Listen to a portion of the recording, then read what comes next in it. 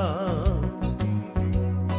o lea le pungai ua e wha a pea mai ai o whea lo wha a maoni o lea lo wha e tau i le oti tā lo wha i o manatu o lea wa e tu i a lo whatu Mana tua le amatanga ia upu mau i loi mata Na e whai mai e le ai se unga o la tā mawhutanga Ua e loa nei leo langa Ma ua sui fo i o lo uanganga O nei mau mea na o mana o iai Wale lea uma i le ala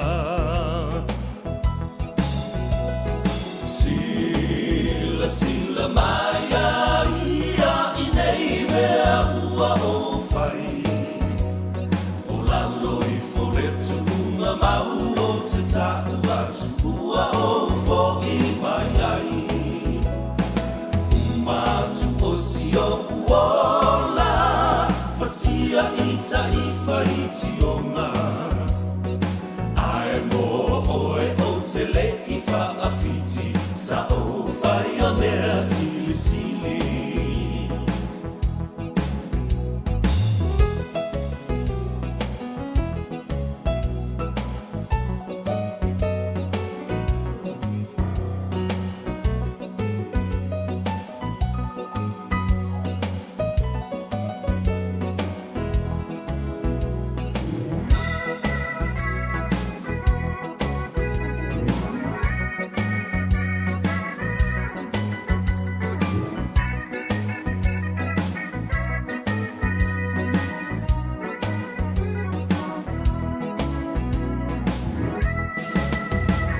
Talia oe e lo ua inga Ua mautu le masaninga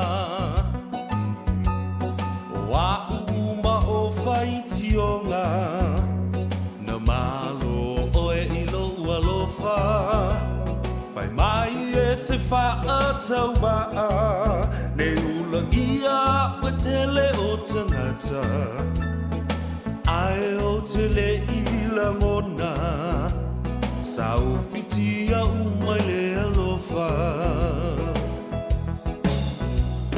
Sila sila mai a ia i nei mea ua o whai O lalo i fore tunga mau o te taku atu Ua o fo i mai ai Umatu o si o uola Fasia ita i whaiti o ngā Ae mo oe o te le i whaafiti Sa o whai a mea sili sili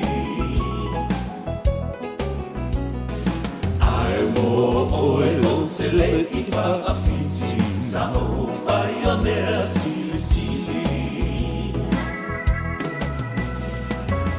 Ia, talofa lava le pa ia mawalunga o le whaafonga tāpuai. Ia, mai se fo i o le sila mai moa le atunu upele, Samoa le nei fo i tai ao le astonai. Afa tolu le masina o aukuso. Ia, ai toe se fuluma le wha, bes fuluma le tolu. Loa, ia i aso o totoe, tātou se e loa. I pusa parota, ma fale parota. Ia, le mea mua, vi ia le lofa ma le anga le lei o le atua le nei tai au. Ia, ua te mai lo soifua. Ia, mai se fo is le ola ma le malosi o le au au na nei.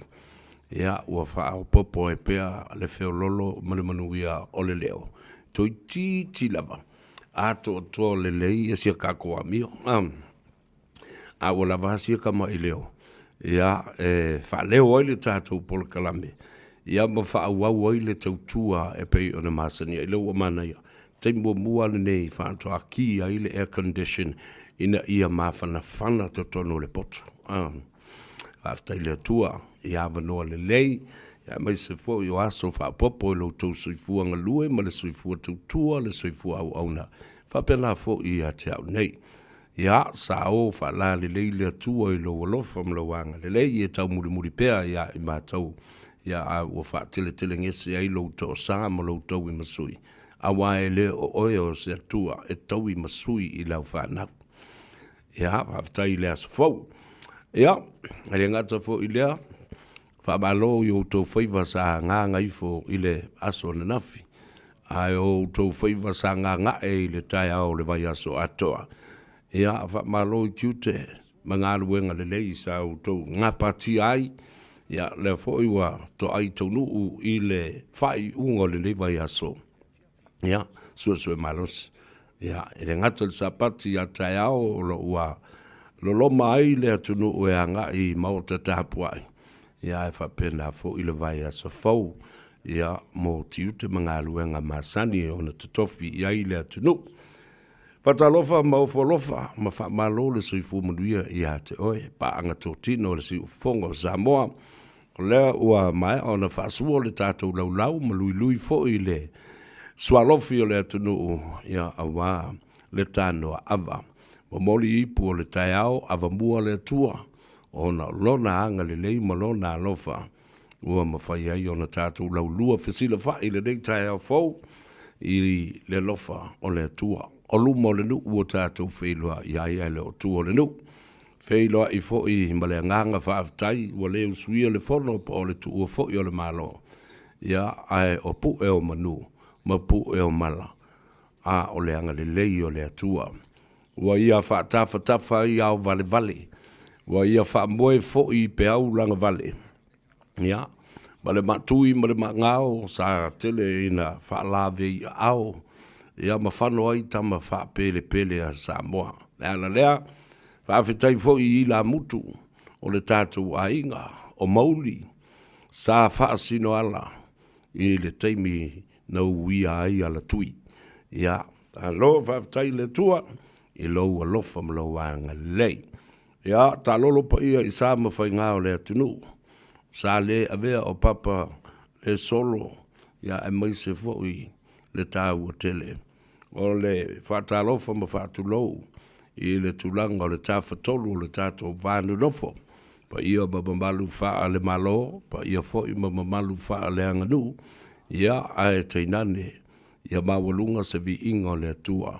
E mamoli e ana au auna pa ia.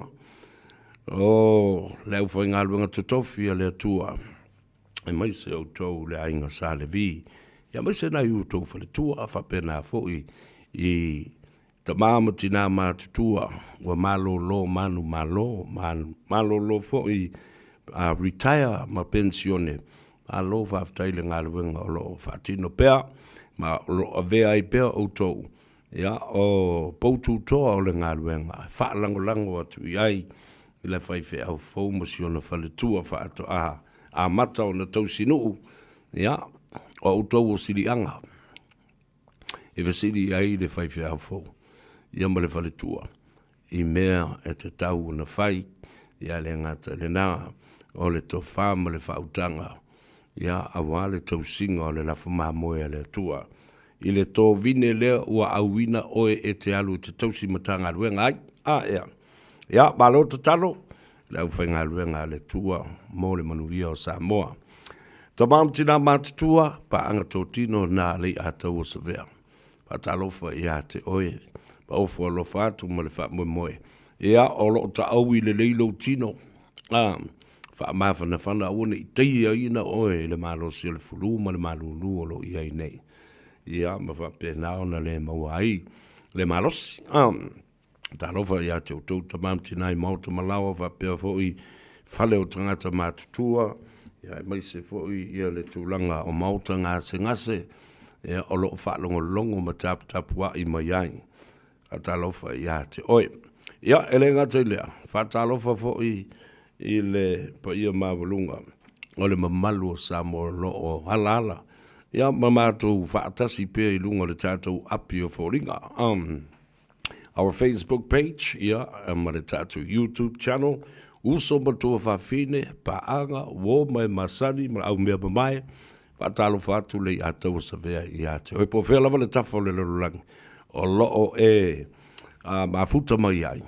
Ia, fia le nganga o fo alofa i a te oele ni te hao, ma wha malo tu foi. I le lango mai pea, o tau fina ngalo, tusia, ma wha alia, e la ngona ai, ia le wha malo si au. Ia, ma wha pia na fo i o na maalia i le whaitau.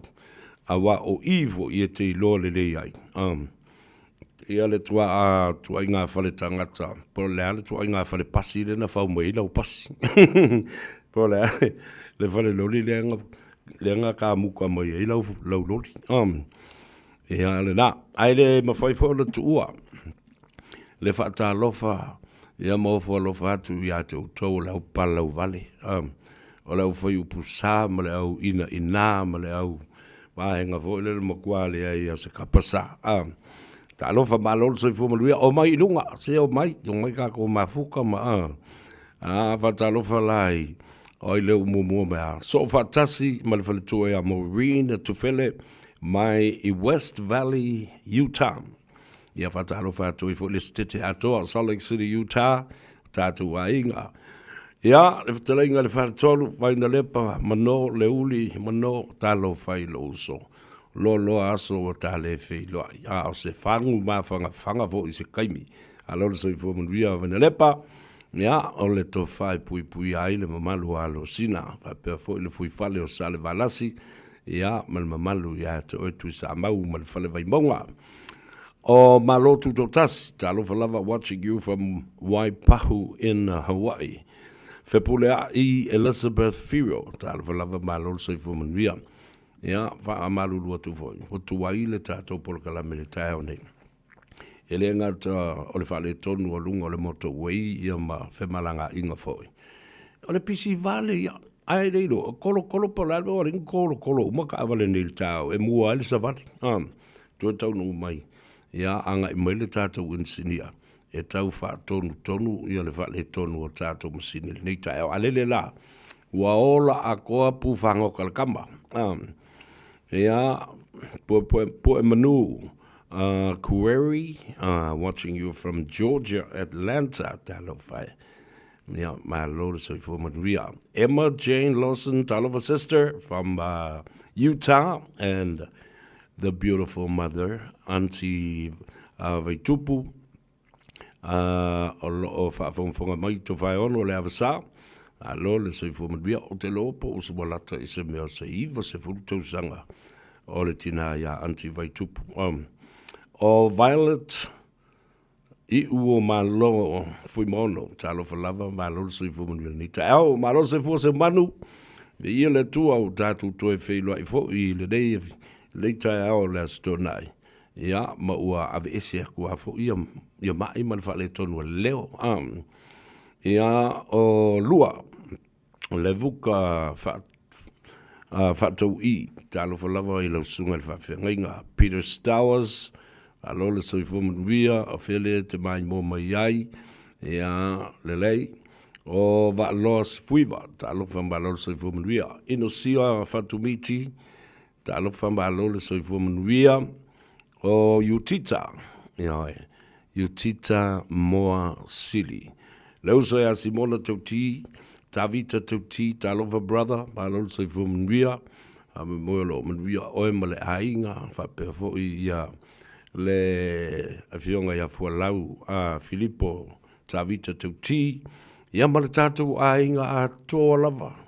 Fe ile sunga le ria pekopo ya Bishop Safai Tauti.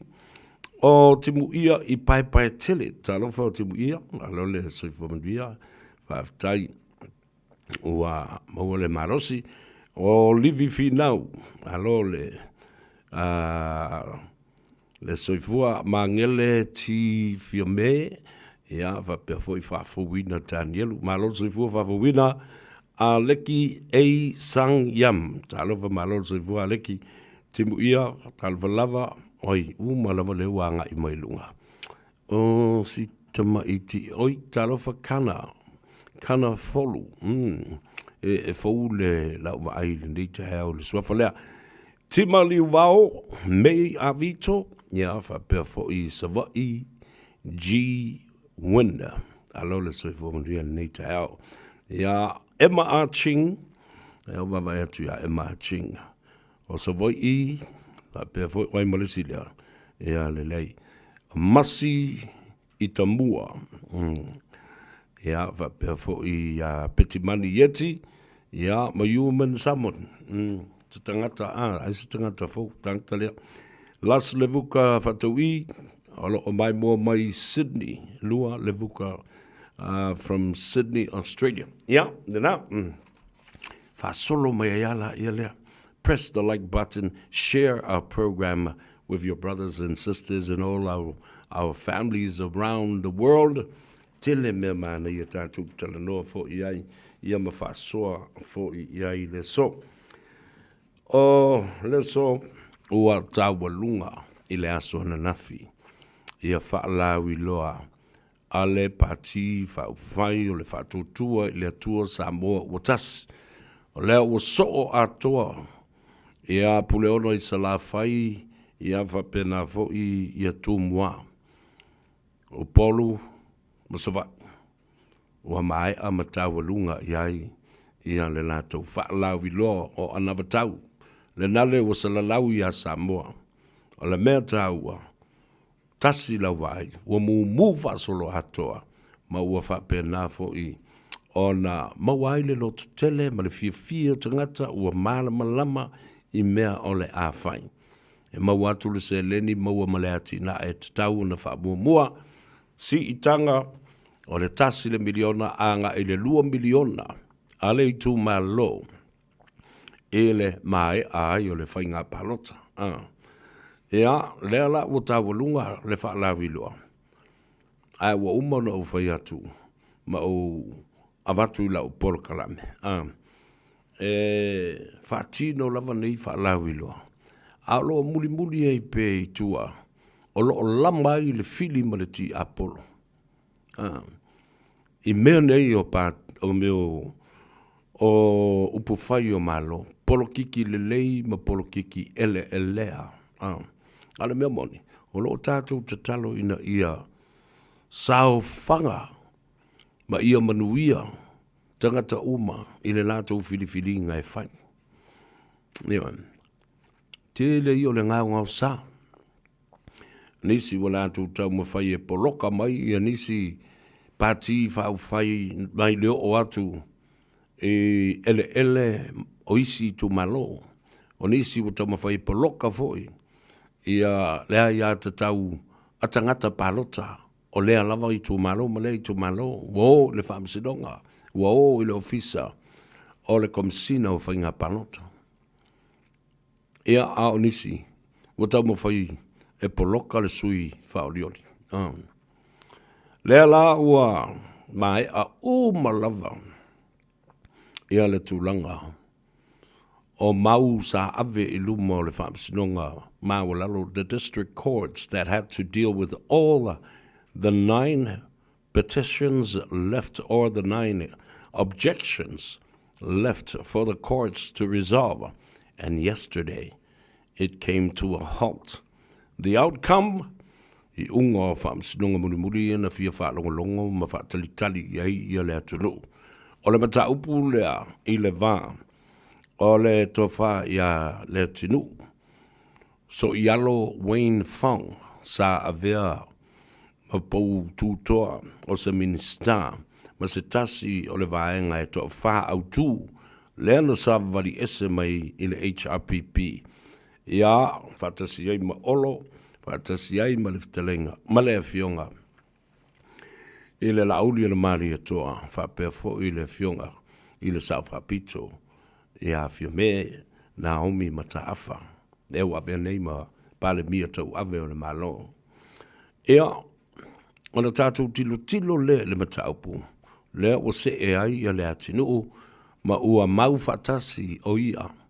Ma le fionga le San Fapito, le tamaitai pale mia o le malo tau ave. Ma le to sfulu ma le to lima o le kapeneta o lea o lātou tau aveina le malo o wha wau le te mile nei. O le mata upula na tula I mai le vao le atinu uina o se e le Samoa ua poto political party, sa ia fina wina ai.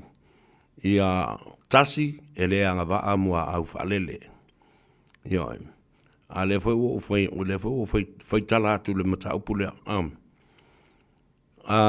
Se i umalea, le mata upulea. Le atunu versus mua au whaalele. Sa le tatau na tupu le mata upulea. Langa fui. O lea sa tatau una matua ilo le lei. Ele whatutua le tua Samoa tasi le lato komite o tāpenanga o le taliaina ma le te ena o se sui whaolioli. E ta mo e lalo le fua. A le whatutua le tua Samoa o tasi mua. Ai se a nā laio na mai mua au whaalele. E ta mo e atu I whale hata lua. Ai o ia e nofo I oi vaitele. O ia foi o le teitei fono. Po ole officer sili, ole fono whaavae a whaleata le tolu. I lalo le vainga, ale te fono, le toa I ale ala I le pule, rimoni. Mele a le una ufai atu. Te le I o le polo kiki ele e lea, ma le palapala le ta oto I le melea. Whawhewhea na mai, le lo whaululu, I le fono whautua, le fono whaavae, a whaleata le tolu. Lai ngā lulu e whatasi, ma le whaipule, po le sa whaipule. Ai au mai I sopo ia le tua oi, a mai e whatamo I. Mel nai au te whatui la uli whapea fo I le whatalenga ia sa le ula ba au e tōtanga I matoi sisila. I le tāpenanga le nā, mai sa te tau fo I ona tō iai seisi sui, a substitute, all at the same time. The preparation had to be done that way. Nā le pa u mai a whaulu atu le stangata lewa umana le stala. O le suli whaolioli e ta moe. E sui tūlanga ai. Le ala fo lale nā le o tūla I mai ai. Tā o manatu fo I le toa whai a le tunu ualanga o se wō ma se uso fo I atea. Ina ia whaamāmāla na sau fo I le tūlanga o le whapea mai. Ua whaingoa I le pāti sa nātou whauina ma whaavaina o le fast. I le wina I se upu tau whaulaula ma tau whai whapea o le whasa. A mai la se sui o le tau whasa ma te pingi. Kato o upu o lai maria la wafo I le tala noa a o ina ave I le meta o le fua upu. Ia ona le marilia la ia le o tangata langa e fōringa mai ai. O se upu tausuai. Ai o le mea sa e iai le amatanga I lona whaavaina. Lala foi lale na, le ala o sila nei le atunu. I upu e la lafo e tangata I le sa avea ma minister. Ma avea fo I mapaanga tō tino ale a inga whatutua le atua Samoa o tas. Ia le nala, ua watu nei le fua upu. Wa le whetaui le mamafa o le upu na whaleo e le tofa e le tinu. So ialo Wayne wham. I le upu whapea au maile se sui le fasa. Wa lava le upu le na e tas. Le tutu ai le afi I langona maloto tangata la ia la tote langolanga wina le fasa sa e soani.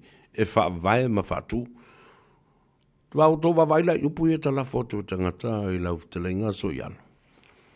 Whatu I fo nā leo lo whatu. Ia au te lofo I te le popole ha iai. E le ma I laini si upu ai o upu o la ua ia whaapipi I ma whaamawina I lunga o penga ta whailangi. E lau whatu ai I lau fionga. I le whaipule whaawau, po le minsta whaawau le kāpeneta le malo tau awe le teimi le nei. Awa e le mawhai, e se tasi e o lava ia le a tau sa vea. Ona e nofo luas fulwhai tū la, fitu aso le vai aso. I lunga o le upenga ta whailangi, e tau whaatonu le ngangana, e wha o ngahe le atunu, le au tau ai maa, le au palau vale, ma le au whai upu sā, ma le au whai upu māta ngā. E le mawhai. E le mawhai au, e le mawhai e sesi matai pe o ai el profesa o le anganu. Ma le tātou ngana o e matua o oa masusua i le tele upu māta ngofie. E sui ai isi upu māta ngā. That's why nobody will ever be able to sit on a platform of social media and trying to correct the dialect and the words that are spoken and written on social media, on any platform. Twitter, Instagram, Facebook page, and also tātou upenga ta whailangi le YouTube. Latest, na lalena, ale mea fo I leo o whātua nei. So le, ua le mawhai. Ua le mawhai o na tineia. Aisea, ua mumu sai langa e a mata ma fua mai. Ia I la tau, sai tu tonu o le mautafono ma le pale mene o Samoa. Ta e manatu e a fua mai maunga maululunga. Ma tafe mai ai le sua vai ola I tangata. Le manuia o Samoa. Le mea lei ai. Ia le na. A matalono tau whia le mea mātanga le nai le ngana. E le lei ma le fia whaalongo I sisi tono le mautafono ma le. O tau ia. Whai pule. Mo tau whiu nei lai to e tā whiofi tangata. Au le mawhai o kauwhi ai kangaka. Ia. Kau ai maa tangata, wa palau vale tangata, wa whai upu sā tangata. Ioi, a ea masi. E sa o masi I tamua, peti manu yeti. Nobody. Now, your examples has been followed suit by so many people around the world and people visiting social media and different platforms. A ea e ma. E sa o le tala le whai atuai. Tama I ta I Samoa, talo whalawa wha mai e ma alo alofa atu lau tina o vai tupu mo oe. Ia alofa atu fo I a vai tupu. Anti, ia, olo malosi a whai ueni ngase, ia, talo sie le lofa le tua ina ia.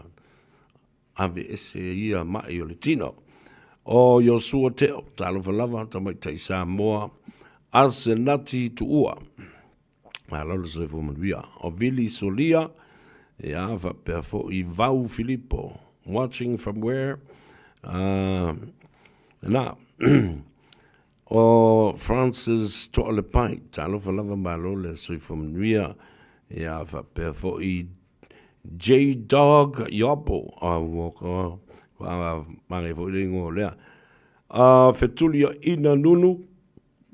Am I watching you from North Carolina? It's 9:35 p.m. in Northern Carolina. Yeah, oilea. Oh, Caroline Tuala, Talova, watching you from Mangere East. Yeah, hello. There goes another local girl. Oh, Anne Milford, Talova, Anne, watching you from Sydney, Australia. Storyteller, yeah, malo le whamatala upulea. Loi Isaiah, watching you from Melbourne, Australia. Leo Siosi, malo le soifua. Lafaele Fenica, ia fa perfo I whengainga fuata. Lua. Lelei malo. Saua yaka ko ngā. Press the like button, share our program. Sao ele kala mako. Le silo makua volera mako. Whailang ko inga. Wa aioi.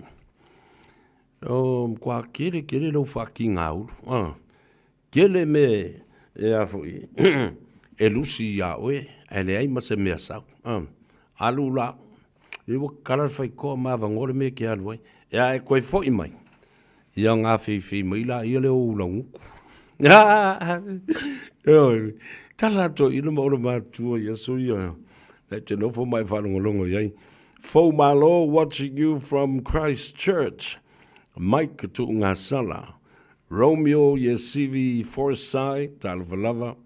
Yeah, of me watching you from Christchurch. Yeah, lele. Yeah.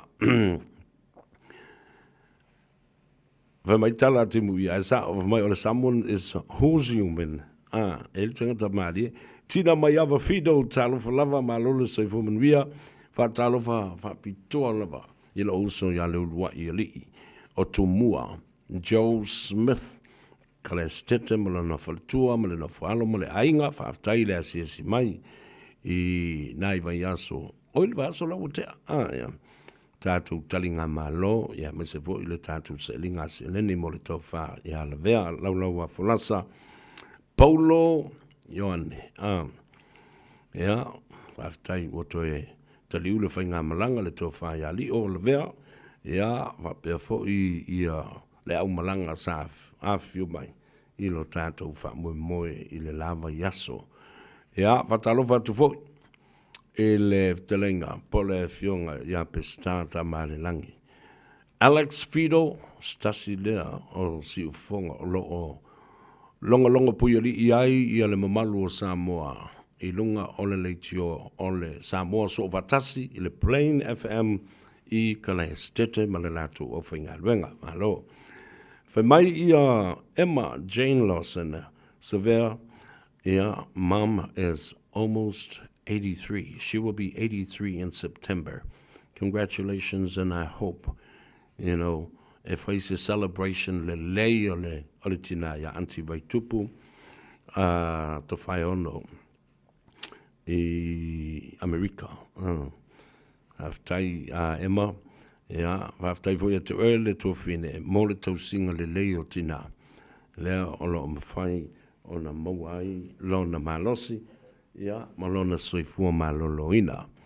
Raupena a muia, talawalawa, sengia leo noa, vapea fo I autou umalo mafuta mai. Talawhai, lelei. Susi alu, talawa susi, vapea fo I tawhianga tamala. O toa titi, alo le soifua, aso mua levi, filo nuu, vapea fo I se losa, rosa, se umanu. Alo, vataile mafuta mai. Press the like button, share our program so that people can laugh and enjoy. At the same time, learn something new and understand what is happening in Samoa. Lela. Wa mai ale mata upu afaleta le lua. Wa fire ina mamalolo le mata upu le tamaita I mua aulele. Mua au falele. Ia ma ua fale au ngai nai lona tulanga ole vea ose sui tauva. Lea na fa olioli mole fa tutua ile tu samo ua tas. Leanga aute lolele. This is dirty politics. How and why didn't somebody bring this up or revisit jumping from another constituency to another? If I feel na vema CEO o ilalo o ifo yo limongi. I also ma I fia panota. Fale atal tolu na ai anga ma I fia panota. Ya le atinu u le fale atalua. Ya o le suile na o le fast. Le na ua malolo. Se e mai le ta upulona lua. Le atinu u so yalo Wayne Fong versus Ulungia Elon Beetham ole HRPP. Ia, o le unga le whaamsinonga le aswa nafi, ua matua malolo ai fo I maulungia, Elon, Beetham. Whaia ina fo I le whinaunga, so ialo le atinu. Lea la ua uma. Ua tau whaitito uma sui e lua o le HRPP ma le fast. O lona winga.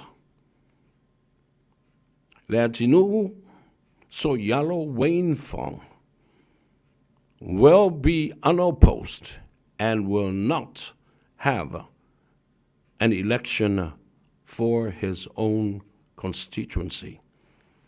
Ya lela wa tasi ya la le sui au tu moni o lea ua tau nuu ma to ai tau nuu I le mauta ma le malai. Pau ale me nofo nofo e whaatatati. O le whaatau tau ina o ia. Ia, nena. Na o le atua nā te sila. E le whapela ua vailua ina ma o ese, ma o ese si tu. E le tūlanga o mea leo porkiki. We remain friends, we remain brothers, and we remain great people that knew and grew up together in the past, right up to now. Lord tau sanga ma mafutanga e reo oi ia le atinua o nai o na uso foi. Ia David Fong, ia Tai Fong, ia whapena foi. Ia le to'otele o le ainga leo. E wana mātou mafuta ma osi ainga. O alawa le taunu unga o meo porokiki, ma meo pufai o malo, ma mea wapena. E le avese agi. Ia lo tātou vāne nofo, ma le vāle lek. Ia.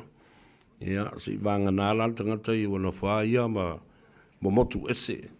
Ono nei meo porokiki ia tātou maftanga. Ia le pule nāla tangata la tau ia. Ai, o le mesi li leo tātou loa. O le sui mua la leo le sap. Mai le pāti whaapufai le sap. Paua leo le mea leo o nofo whaatatali ai. O le anga I tia whau. O le a whaatauto ina o ia. I te tonu o le mau te whono male. Pāle mene o Samoa. I lalo. O le taita inga. A le fionga le malu al malo. Ia whapena fo I male whongftelai.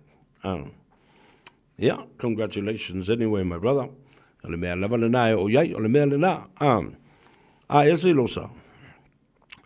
Ia, ona o mai le mata upu lea ale fionga I le saoli I atuala te vanga whamausili a Josefo Bonifacio. E le mata upu lea manganga I maua.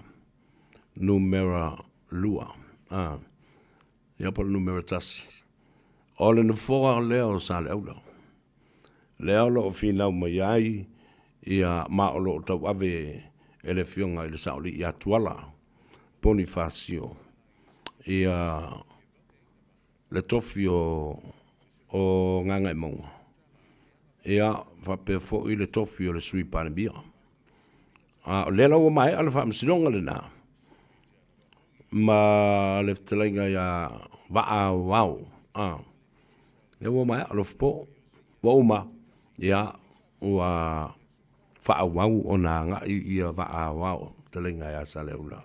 Alofi po e tau wā I le whainga pālota male no foa o sa leula. Lea na fi naulawa ia I le sunga lauli le maari atoa. Now, rest assured that the contesting of the seat of sa leula will be well on its way. And it's one of the interesting constituencies that we will keep an eye out for. Lusi mai ala whaafonga. Tātou tala I vai whanua. I le Rotorua International Stadium I le toru leo auri. Taungo fie pepa o whale se furu tala mo tamaiti a lua se funu mo tangata matutua. Whata whawhaulo wa inga mole aso sauta ma matapua I lau manu Samoa. Maua pepa o whale I le ticketmaster.co.nz. Wa lango ina le neita alonga le Polynesian Spa, Herbert Rotorua ma le Mountain Jade. Go Manu!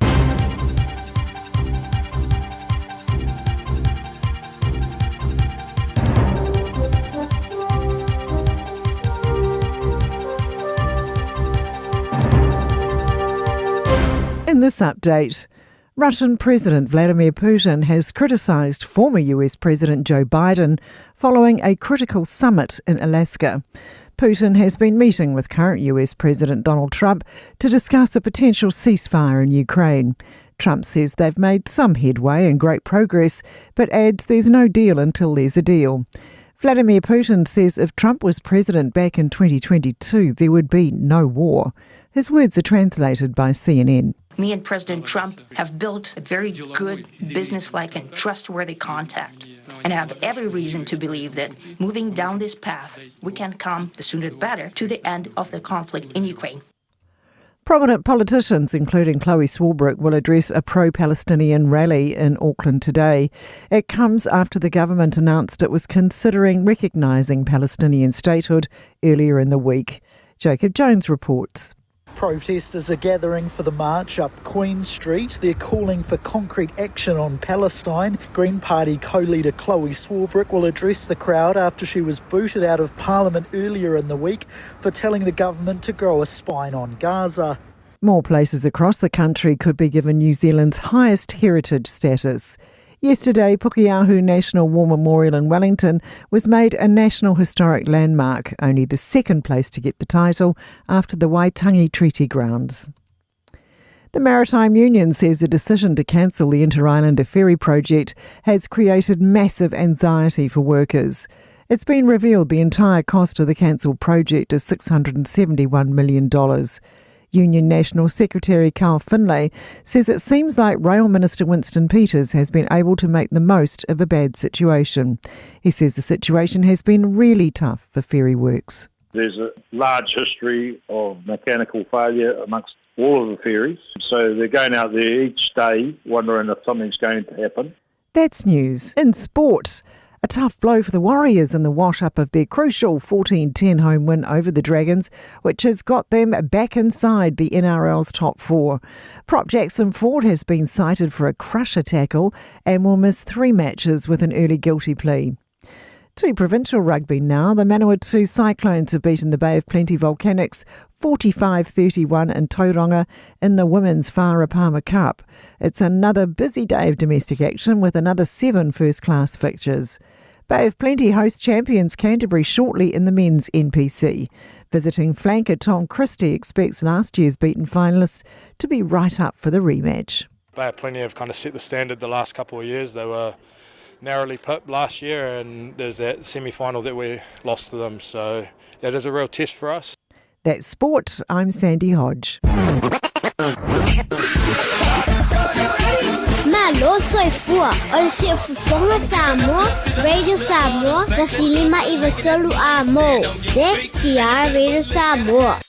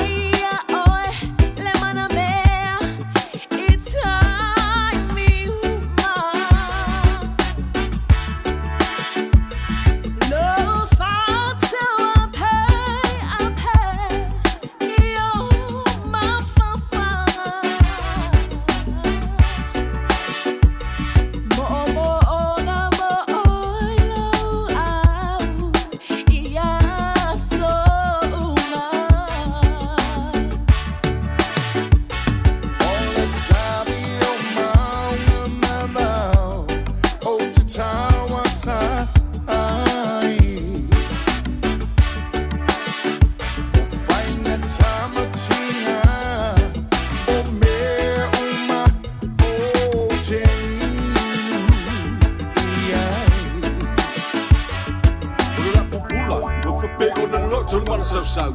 Never for your tele, the swell of no love, ya or your sofa. I saw say you live for the bow. Papa Pinetta, I might say shit up for no. Get him up from time, yo, let me to love. I feel no pillow for my only person on now. Oh, no, for Yasakele, but we're Suma. So, Kill Sammy, you're enough about the Bungala. Get him a Kalakaba, you are in Bungo. Really kind, but I swear about not Bungo. So, by your big guy, pay you out of far. But I'm not going to wife up in our welcome. Bakula in a buka, the Keromaya Ika, the Swalter was silent when go feel Pulunga. But after you so come far, no galala, well, my pretty Masuna, you know, Sabi, oh, Mama, oh, to Tawasa.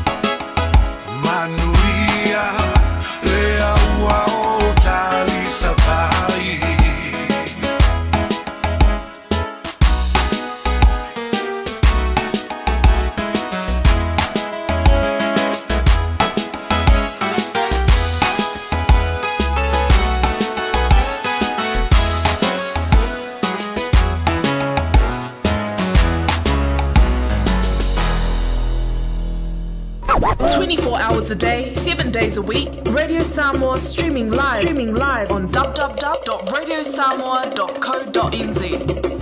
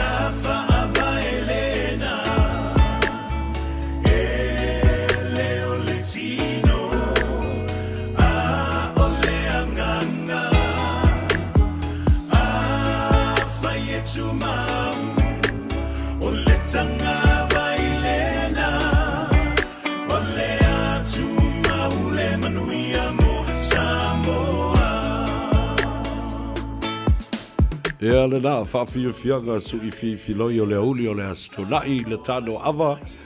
Ia malei ataua sa vea se iuli le nei fo I astonai. Aso sfulma le ono au kuso, lua afe lua sfulma le lima. Ele o toi mamau, toi lua mai aso. Now we do have less than 2 weeks before the general election. Aso mua o le palota whapitoa. Ia, po le pre-polling, aso luas fulmarifitu, aso tofi le dam. E o iai ia I lātou ngase. O I lātou e tū lei le mele na fua whaatawa le vale. O I lātou o le a le whainga luenga. O le a le awai mai I le aso luas fulu ma le iwa. O na ele mawhai o na whaini lātou whanoi I ngā luenga. Ea mai lātou fo'i o le a malanga ese, ma Samoa, o le a le iai I le atunuu, I le aso luas fulma le iwa. Lasto na ili na. Ia. Saga iane ai o le tai. Sui wha oli, o sui palota tangata tai tō tasi. Ia whapena fo'i le atunuu. Ina ia whaia le palota ma le fi le mu. Awane I tawana wina oe es tangata. Awane I whaafefe ina oe es tangata pa o se matai sa o le tau ainga. Pa o se pūlenga ali ima whaipule o le tau nuu ma le tu malo. E le ai lava sisi. Whaalongo oe le musmusunga le angang pa ia. O manu lau ti, ma navatau ua mai a. O na whafola ai le whala o pāti whaupwhaine I tolu te tele. The 3 main political parties have already given out their manifestos, their mandates, and it's out there. Now, don't be afraid. Don't feel threatened or let anybody threat you of how to cast your vote and who you're going to vote for. Ele whaies tangata le mea le nā, ma losi le tu la fono. O te unga o tu la fono lua afe se fulma le iwa o whainga palota. E lei se pule mamalu o whaipule tau fiel tangata mele ai atu tau.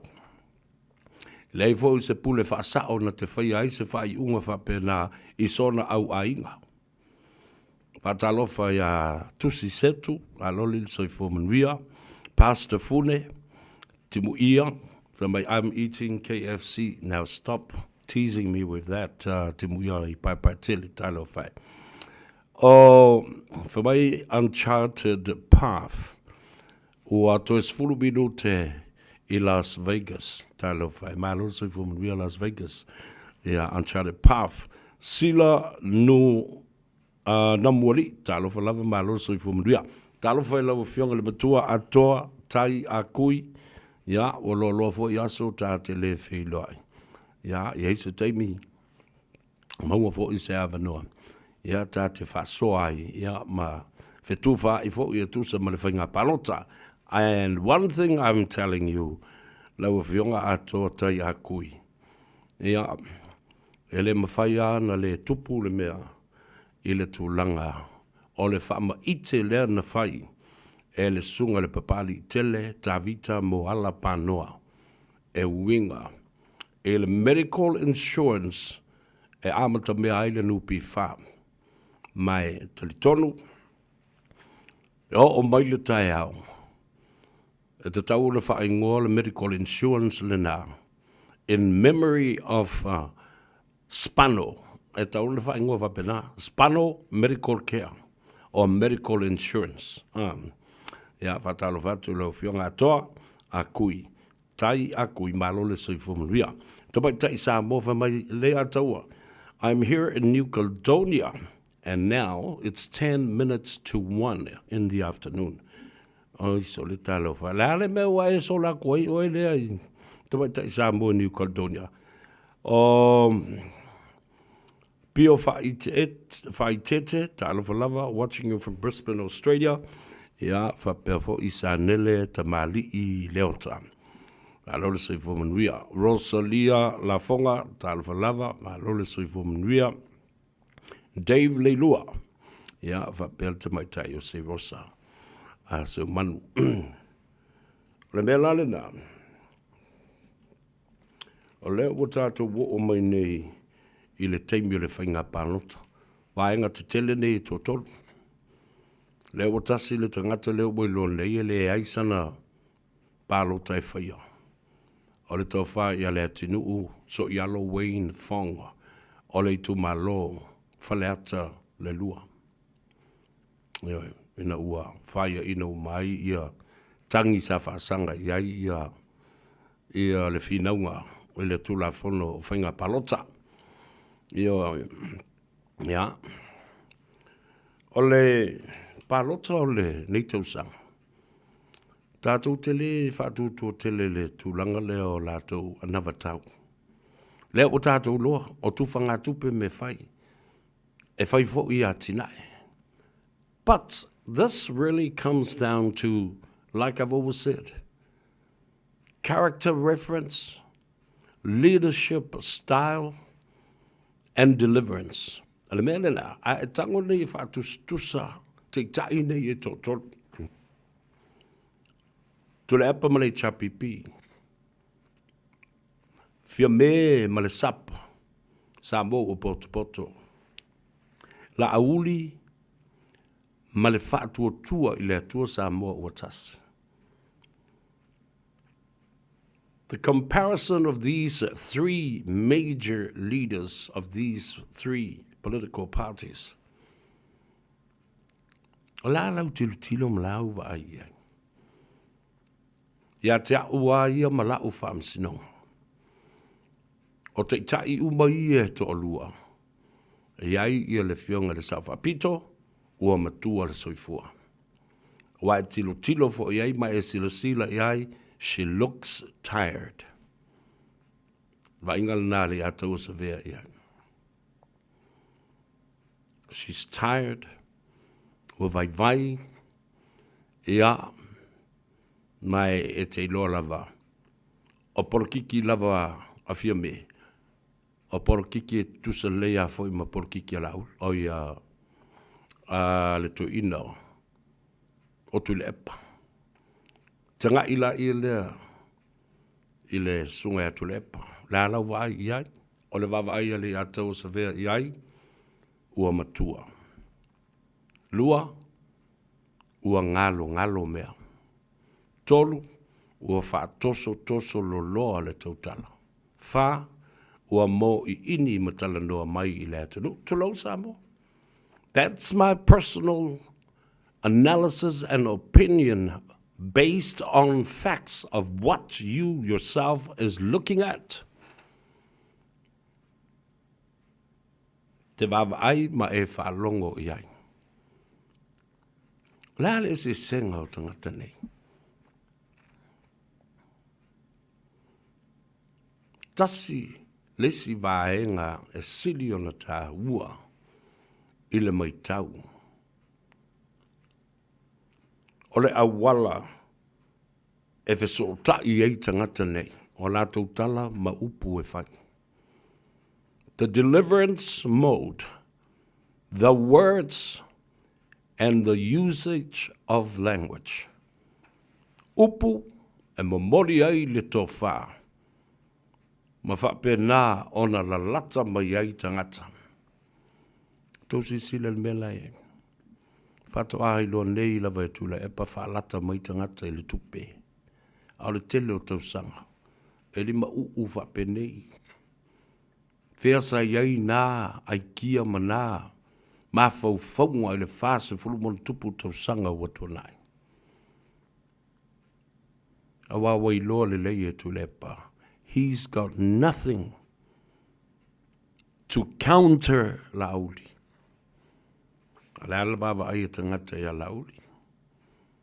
It's his approach. The way he approaches people. The way he organizes people. Fatulanga tangata. E mawhai ona wha mafuta tangata. And that's why Lauli stands out among the three of them. Whiriwhiri o tātou te tai. Whiriwhiri o tātou te tai ma le tutoa ma le popoto. Ma le tā pena ina o tangata. People skills, organizational skills, delivering honest speech. Ne mea le nā e matautia. Tā ua mo lau whiriwhiringa. Te whiriwhiri mo le tupe. Nā ona whaamaria nai oe mo sina tama i taimi pūpū ona e mole manawa ma mole i ia ko iala ia lea i le tausanga atoa. Whiriwhiri tu lepa. Whiriwhiri foi. Ia le tama i tai pāremia malana vaenga. Whiriwhiri foi. Ia le mea te whiriwhiri ai. Nā rawa e lole se senga le tala leo avatu. A whai ua e whiriwhiri. I se tupe maua mai, i se taimi whaatau waa, ma se taimi i titi. E nā ona whaamaria i nai o lou whina ngalo, o lou manawa, o lou lawalo, i le ai, ma le inu. Whiriwhiri tu lepa. Whiriwhiri fia me. Whiriwhiri i ai le mea le nā. Ona e mole manawa atua i ala i alea mo le sfultasi masina. Ai a o mai loa. I le anawa tau. O le tufa o tupe. Ai toe fou le tupe. E fo i mai. Ona e mafua o le ati nae. Ma le fua whaata tau. Ina ia au ane e mole manawa i le tau sanga atoa. Whiriwhiri lauli. A development and an investment that has a real return in the future. For what? For more productions to supply the greatest demand of our people. Lea tina e toi fo i mai na ia mawhai. O na whaa le leia, ma whaa tinoina, mana onga o tātou tangata. O loo iai lea tina e sapalai e le nā mana onga. E lei se whiai.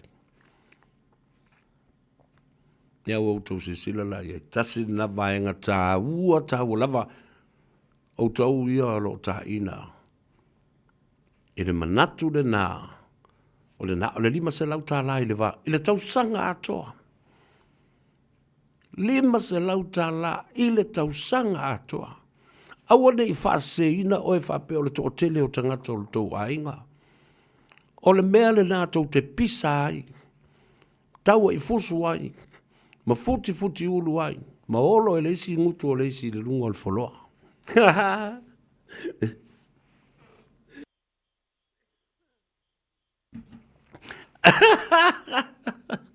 Ioi, e le mo i le po. Au afo e o le la o e lu maa mai i al kako whale. Ka ngaka i o le maasang. E le mawhai. O na watu le lima se lau tā lae tui o. I le istangata na te posi ma whaso so mai lima se. Ei, le ai, mai lau lima se lau ala. Pule au lau me whai ai. O tō whaafunga mai Samoa. Le a whaafe ai nai. I le ana watau lea le tupe. No one wants his $500 to be given to his mom or his mother or father and disperse from there in his or her own personal agenda. E pule le tamamu le tina le me whai. E ingori ki ngā marakama. E o ai le pinko.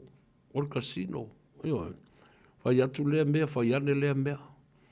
I se taimi whaatau waa ma le nei tupe whaatau waa. Wai whaaroko o mana breakdown le mea. Lau lima se lau tā la le nā. Le tusale nā ma le sfulu fitu sene le aso. Iwa sfulu ewa sene e le.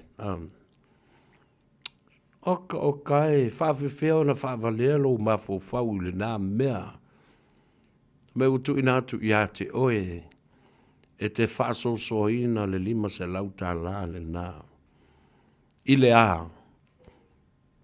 I le se fulu lua masina o le tausanga atoa. Ai avatu ia te oe. Ile se lau aso mua o le nofo inga ma le paia inga. Ia nga ai tsunami e koe lola ia le kaua ia tise mo le skausanga. Ai whawhea na posi. Ea. Le nala ia.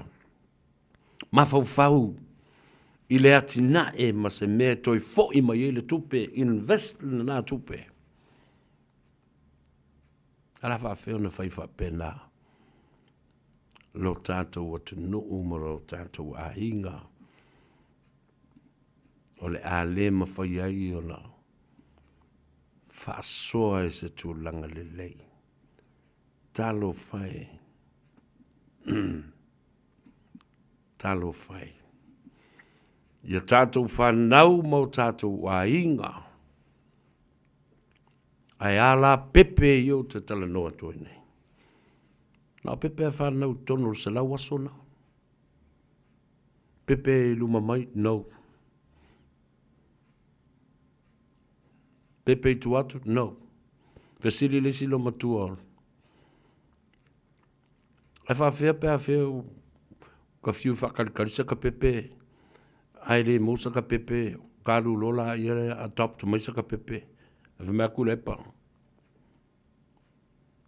E sa le adopt o le pepe. E le ai ma se si e ngofo koe fo isanga pepe. Au, ta fifi. Whai mai Rosalia, la fonga watching you from Alaska, le atu savea. O inai Alaska, le aso na nafi na fono ai ina ia Putin ma Donald Trump.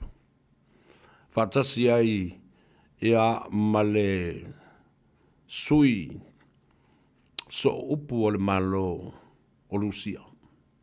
Fono I Alaska, mantua fo o le stetero Alaska na whatau mai a Lucia. From the Soviet Union many years ago for just $7 million US. Ari loe e la vanga te milna o pule el tamara o plestena el tamara o Kopachov. Ma le lilo le mafofo Kopachov o le alme na mana o ia. Le malo Amerika e whatau ese mai. Mantua ai tu I Alaska. E te laa tasi ala ula ele spito o Lucia le na. Na foi la e whai ngofi ale. Na ona e laa ele spito Lucia pomulo ma Lucia. Ma le mea la le na whailo e ia nafi. Ia Putin ma President Donald Trump. O le tala noanga mo se file mu le vau Lucia ma Ukraine. Nan me oie, nei se ti o na whai anafi. Leanga e le o sao le mea le to ina le o Donald Trump e whai. He's a bully himself. Ele ma whai ona ia whaa tuatua na I le Palestine. O Ukraine ya Zelensky. Ai tango e apo mai ia le tamalo Putin, le Palestino Lucia. Ma fia whātei tai a mionga. Like a dictator. Pe o se tupu, pe o se sifi fo lea. Ia mio Putin. Ale mea nā lea leo no whai atu. Talo whai. Lea la uone tala noa e tau, le tuu le tau lea. Ai, whai mai Putin no. Ale mea lea mna oi Putin. Ia watu isi vaenga o ele o Ukraine. E avea o ele o Lucia. Lata la a Zelensky le Palestine o Ukraine. No. E avatu ufatasi ma lo ufatu ma lo uola. E le to I lalo Ukraine. Le to ai ngā tio le na unfair and unjust. Le mana o ele to ino Donald Trump e fai. Whapena umale tio le na fai e tu le epa I le vao la auli. Ma pesta vai fou. Mana oi ave o mole pisinisi lea sa fina woi nei. Ia vai fou ma lauli. Ave umalawa. Ave aseta. Ave umatu ai matupe. Male ingoa. Ma mea umalawa tau le pisinisi. Ave ma pesta. Ai valiano, ai alula uli whaatu te ili mtawhanga mata ili sau o waa fo ili le maleangi mai o le matangi mara saviti. Tau si sila iei mea whapene. Mana manatu e mwhaiona whao ngalo na pawa malo na malo si anga. E whai iei mea whapea. O le mea le whai nei. I le nawa tau le nā. Ale to ina leo. O la utala saa o lewa no mata mo tilo iai. Lea la uafsiringia nei. Pe whaafewhea o na whaatupe. Pe whaape I o na whaatupe. Wa na o ni fola folanga. Tonu e Samoa tau te misa nei le taimi e. Tupu o isi me whaapea. Ai, whaafatai le tua o la le tupu. Tau te le misa awai le toi foi. Moise se lau lia. Wa na o ni fola folanga. Ma wa na o se foi whaae e le tau. Yo. Wa na o ni fola folanga. Ia ai wa na o se foi whae e le tau. O le ngalu foi e whaafua ai le fati. O tata o le talenta. Ala nofo ne mwhai mai. Auangi koe wha longo se si le linga o sa vea. Di ato. E le anga i kou mafofau. Ma li liu ai kou mafofau. Mafofau le lei. O lo ua lofa lea Samoa. Ua avatu ia te oe. O lo ua lofa ia te oe. Auane I pisa lo a inga I le lumanai. Auane I vae lua ina ai le o ese mai o le whanau mai ia te o lua matua. Le ua whapewa avatu I o I matua le tupe. E whaso soa mai ai. La autou sila iai o le a vale fongatia. I le taimi e matua I se mea whapena. I se taimi puu. Ma le whaatau waa pe o le emo le mata. Le inu ma le ai. Tasi le aso e puta ailo manawa. Ona e alea. Ona tau mai lole I whafo lo lau watu le whafonga le tunu.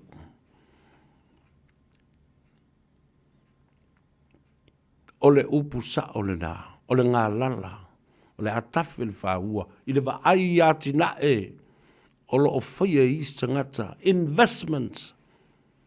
Sau ale mea. Aisea. The investment has returned. The capacity of the investment is returning to fund and supply that demand. Tu la fono na a meu economist e loa whāton tonu le mele. Na le manatu lava whātau wa le teimire nei na o mai. E le teimi tau te ato, e tau misa ma tangata whai ngā ruenga. Tangata e wa aia I a tupe. Po o whea lea le a whaso soa mai ai. Ale ale tala lauri. O le a whai ese matawa vai ese mata ngā ruenga fau le malo. Nā tau te ngafa ma le whaso soina o le tui nā tua tupe nei. Eo, lea matau tia le nā. Dea so, wata walunga ai. Mea uma o le whaalawi loa. Ale sunga lauli al mali atoa, ma le whaatuatua I le atua Samoa watas. O le ale me watupu. Ua whanga poto. I malae ma maota au whaleata. E peo upu e whai. I le ingoa ipu o le ainga o le ala I salanoa. Ua poto I malae o whaleata. Ma tō ai manu pule. Ma momoli le nganga whaafitai. I le atua. Ua mai al whaalawi loa I le lua I le tolu vai aso ua tana. I ua soo ato ai Samoa. Toi au tuile manua. Le ai se ngase. Le ai sesi. Ua mai. Pe matapongia I le ala. A vele nei avanoa. Ma le lao te whata lofa mo fo lofa atu I lau fionga le ngoa matua. Lau tau wha ale vena ale. O oe leisi toa manu o loo ta talo ai le tātou hainga. A whai o maua mai mauta ngase po o mauta malawa foi. Ta talo I le atua ina ia maua lau soifua. Maua lau loto tele. Lau lai titi ba o va ai ale. Mātou mo uso au malo losi ma avea man sian pini ia mātou au panga ese o fusuanga. Na mātou ta maa, Eric Fatupaito, le au simiki, le au suoga, le tōwhaia ale vena ale. Ao o le teimi o fusuanga. Fuanga pauna, au la iti, ale mātou tu o tangata mātou ke whekaui le kaimia. Mea ale, fusu. E fusu. E whaaloto tele, whaaloto whe ai le loto le tangata. Ia e sau I tua maritala ala vea. Fusu. E le pala ailo o kari. Au ko maka I le kifanga a Harry ngā la whaile. Pol kifanga Hawaii, pol kifanga Ramni ngā la whaile I langa panga. Tala sa o Samoa. E whalongo mai lea tunu usa watu e tāpua I mawawa ai. I whaiva sa whai masao o lea tā longa I le tātu o tunu. Ona whai mai lola I leo la vea. Wai e, a vea ko le kula ko mai le kuri mangu lang muangala. Whatus tusa lau panga. O oe o a ua le tamā. Ao lau panga. O lau watali I le titi o le usiu stai ate oe. Nālala mea whai le tamā I lo nātari. E te ulo o mawhauwhau le upuna. O lo watali I le tū mai o le tuli manu. Lea la kārolong a o le tamā. O le usiu stai ate. Nālala mea whai le tamā. E tālo le longo, watu longo le tamā mtua I fasi wha moa. Ele whai lo whali, ele tāo fia lo whali, ele punga marikusi ai kongu. Ma wha masino lai tawa. Ngāra kōkal kongu ai. Ngāre pāu mai marikeri singo I whawha malamaya. Le nā, o tu ai ngā mea nā sa o iai. I le whai ngā. Ma le whawhanga I no loto I me whai. Ai whawhetai le tua. Nāla whai le nā ea lai o nā whai ma maua le ona sa'i ma le. Whapale a e ua sui le whaonga I no mea whai ngā luenga. I upu whai o le atunu. Ma le la unga Samoa. E whaato ai le mea le matai.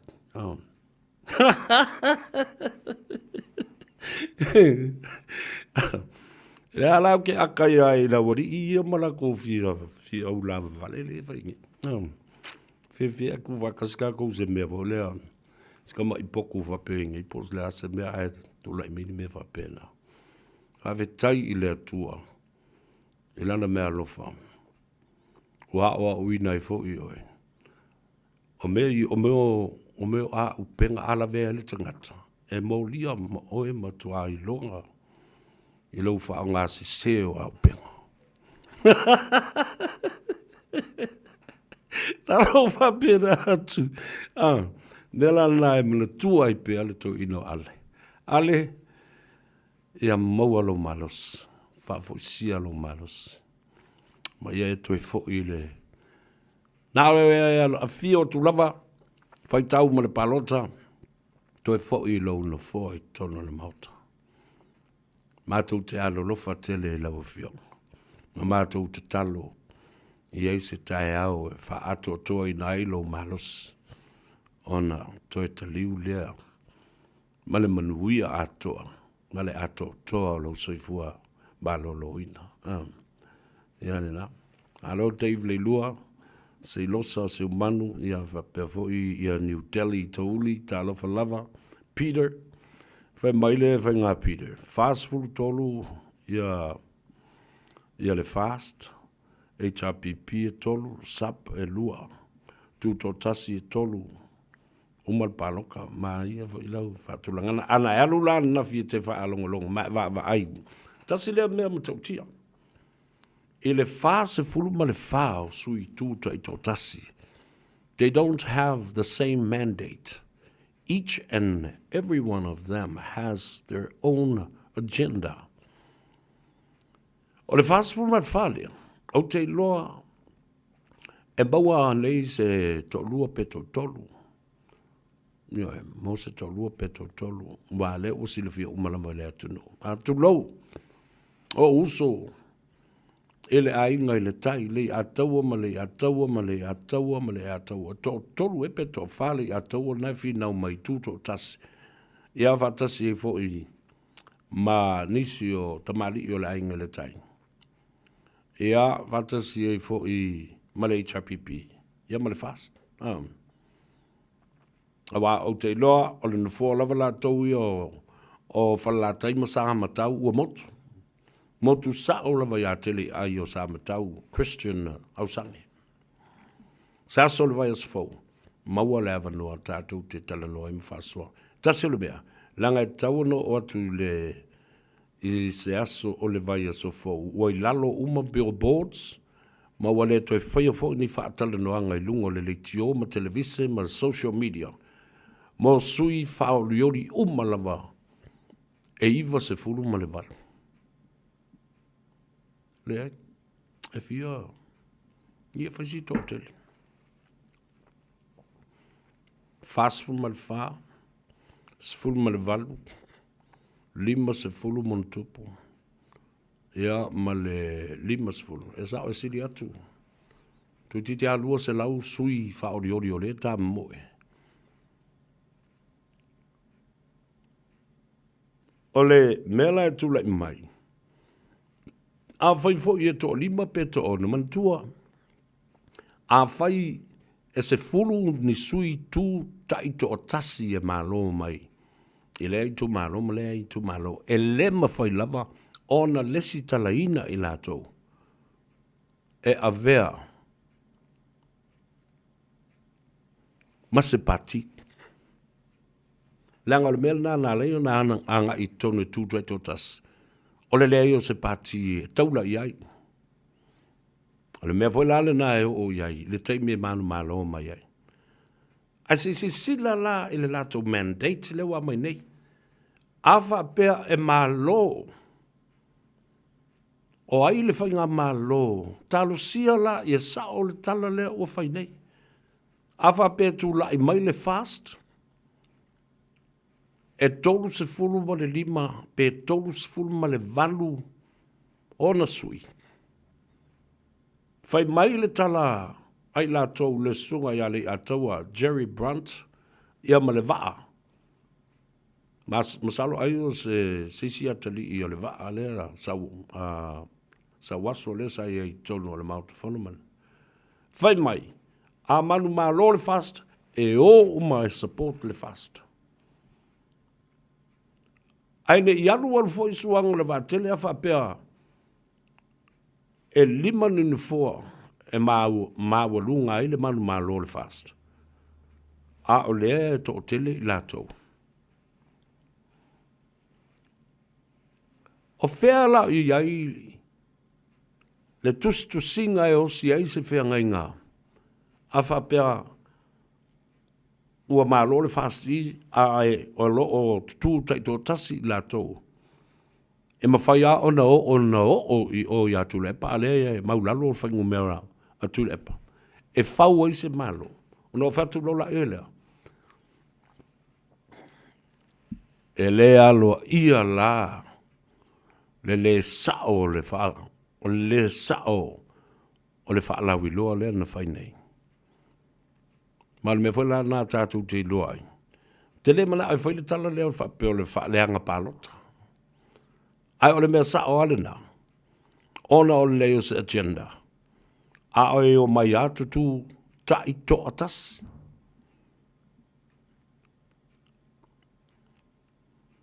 Olono winga. What is the point of negotiation?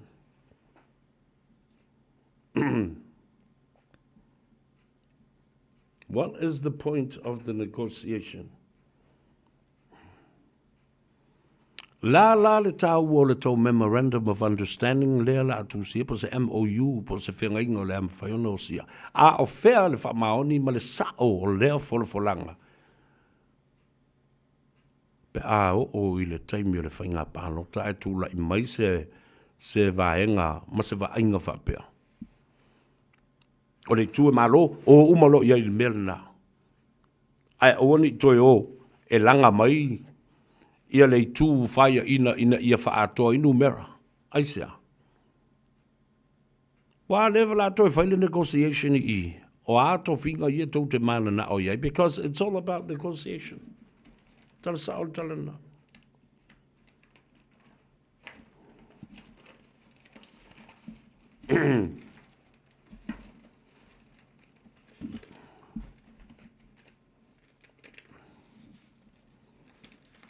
Au titila tu nei I le mata upuleo.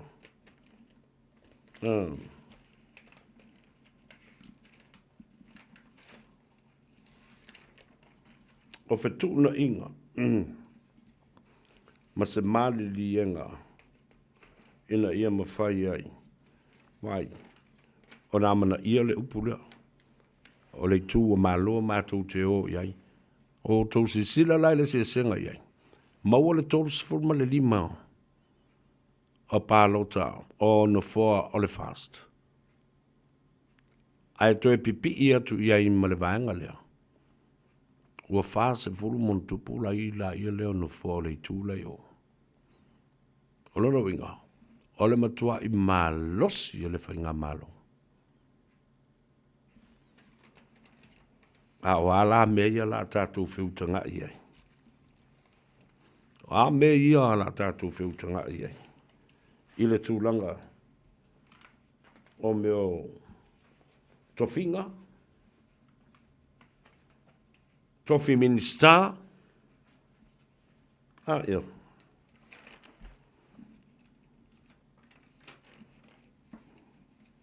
Ia, maisi another tau, e te tau ona whaamautu. Ia manino le lei, ia le mata o le vai ma tau puyo. Tātou o mai lola ia lea, le mea leo tūla I mai whaneta, o poto atoa le fast, ma mori le whaftai le tua, ma whapea nā fōi. Ia, I lātou uma sa lātou langulangu sua, o en tusia le ana vatau o le whātutu e le atu Samoa. O I lātou sa ngafa ma le whātulanga ina, ma le tāpenanga o lea vaenga, ma lea vaenga. From drivers to cooks,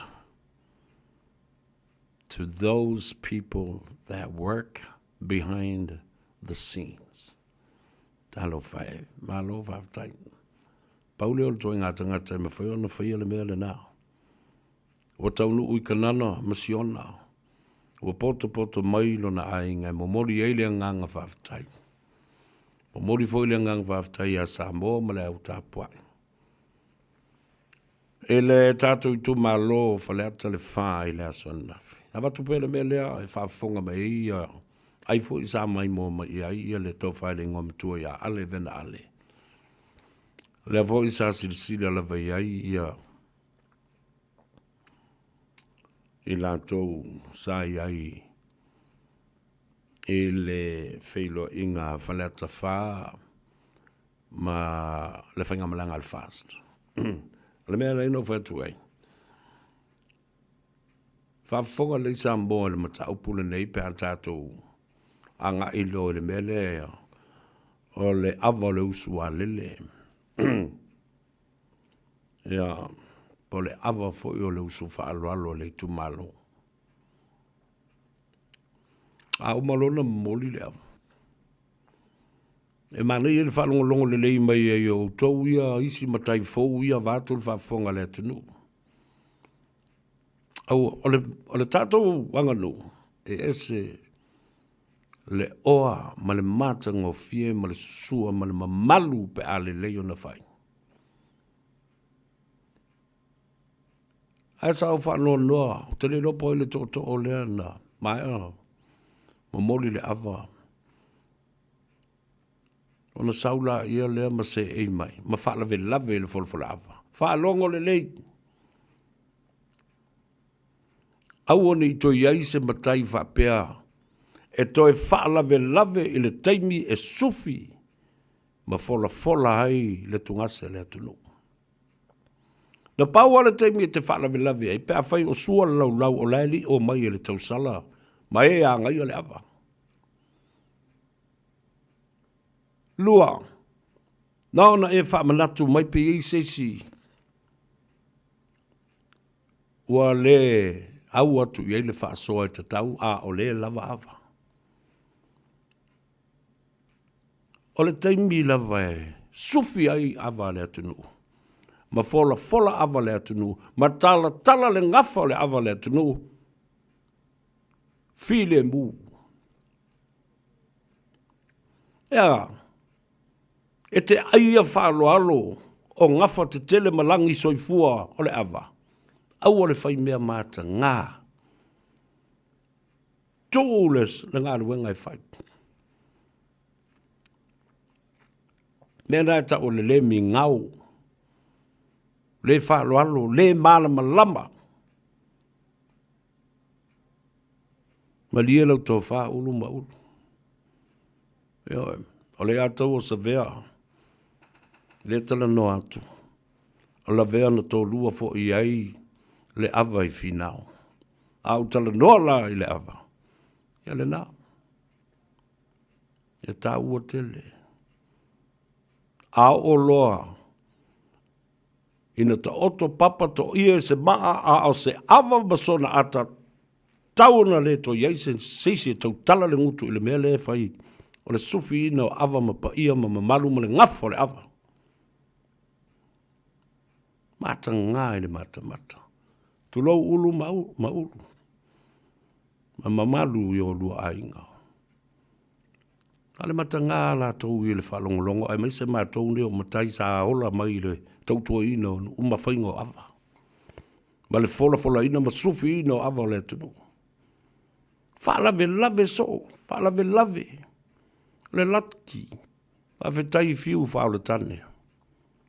Lau lava papale ma lau ona sai. Awa le mea o iai. Ia mana tua o le la au le, tele la au i lumai. Ia, tele toi tau whai atu se, te tala. Au mea to ina i aso ia. Nā, e te ia o tū oi male ponga ki le awa. Tu lau whaafonga le tunu. Whalave lave. Whalave lave so. Awa upu ie tau langi. O tau ma malu i o tau. Lau of te lai ma maota tāpuai. Mama lai fo noa. Alo ia ma le tā ua. O le atunu ma le tu malo.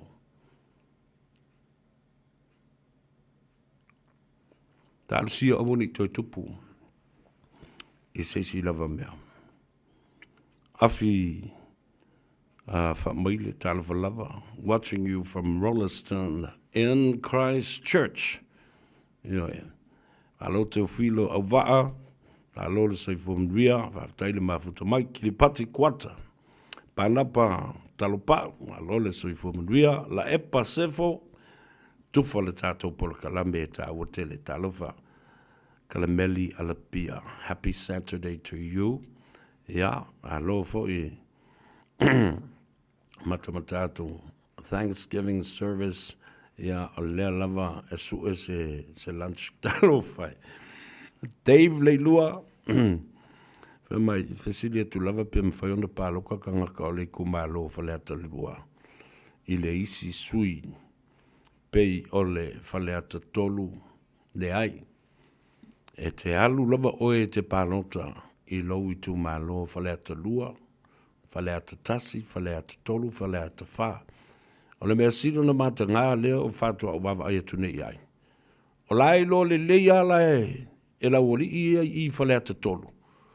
O mua au whaalele o ia o le CEO o le ngalua I tono le fon whaavae. O whale ata tolu I lalo o le vainga ale ala limongi. A o lea lava e tu whau. Wa tu wasi teine e alu I oi whale ata lua. Sopo le tua oi. Au te ofo I lai le tatou komiti le fast. La le mea wautou le tanga I masila sila to toa I nei me whai. O le red flag mua le nā le fua mua le nā lau whali tu ulunga. Wa out I whafo le vai ma lenga. O lea, sopo tua oi. E le mawhai. O nā anga waa e sau I le mea lea, ai whaia. Tō wawa ai lea e. Ei tangata le na I tu o le mea lea. There were people behind this conspiracy, they know exactly.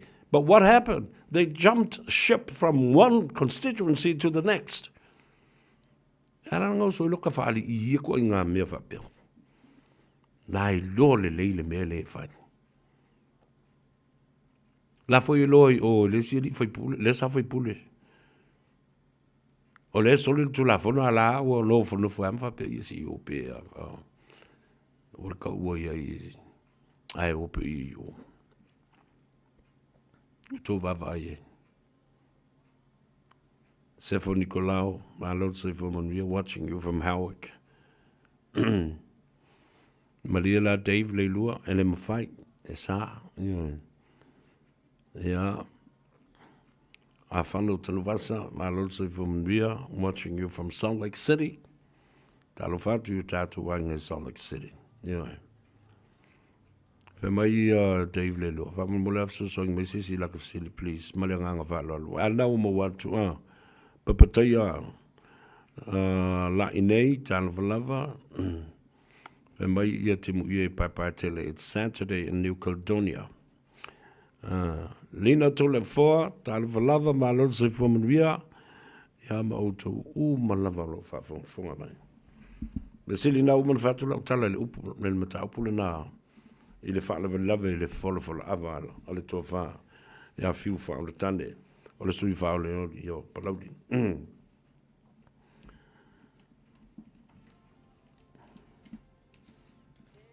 Awa ni tue whai. Ia. Awa ni tue whai a. HRPP a nawhi I le mātou nuu I le manono tai. Le mamalu le whale manono vātou I ala. Le tō whaoli I malolo tō lua marang, malu fo I le. I le ainga le tai.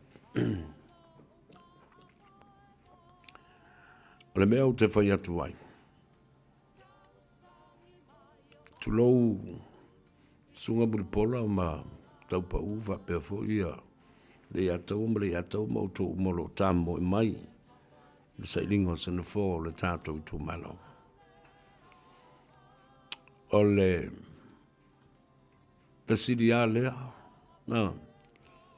La le me uu kou woa I kai le ainga le kai. La me uu tau solia mai ei ele. Pa ia me ele malu o le atau.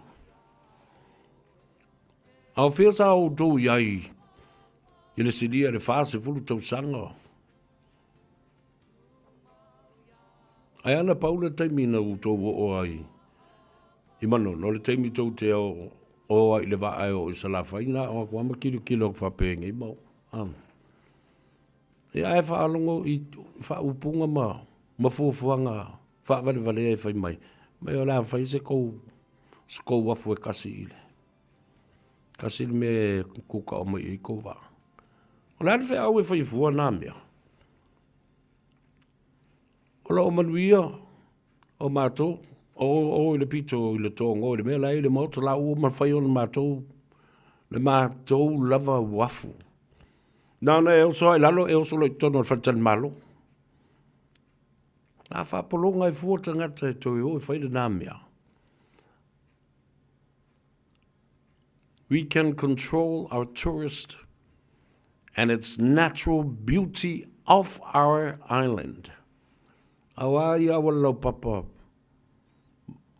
Ole manongi le anga ia la tō tala I e whaumui. Ole tala sa ole tala nā tu lau whafonga le atunu. Tau te atu mga watu le manongi leanga I tai. Ma wha leanga ato ai fuole sisi o manga la tau ia. O le nā tura o mea na whaia. A o le ele na tō ai le pulea, a nā whanua. A sunu I ai le ala whale o le tala le lei. Ai te ai mālama, tasi le tai au. A wāle kalesia me tutisi wa taunua. Ai tau te atu whamai a watu ia turisi. Ai, a le ale me le ala whainei. Me tasi le awala, whaile awala whala poripoto. Tasi ma le wafu. O le ale au tau mafu fau ye. You're bringing in the bad influence and our beautiful natural beauty of Manonotai will be damaged, and it will be forever damaged by those bridges that you have just promised us. O se me whaingo wala papa. Nal whai atua le me whamai, I o mea sa fuafua le chapipi. Nei ni mea na fuafua. A le se tau manifesto ma se mea whapenana iai mua. The history of manifest had just happened in 2020. Whatoa whai e nā se mea tau o se manu lauti. Le se mea tau se manu lauti na whaia le chapipi. Ma se anawa tau na whaia le chapipi. I le whase fulu tau sanga awa nā o I lātou lava. I le isi e whamatala atu I nisi tangata po le ala tau mele la whai. Awa fo e le inisi e a ngaia I lātou. Le pepelo I o nei whamatalanga e au mai. Le wala utou whalongolongo mai. Le au talu tala atu ai. Ma wha sao atu mea nei.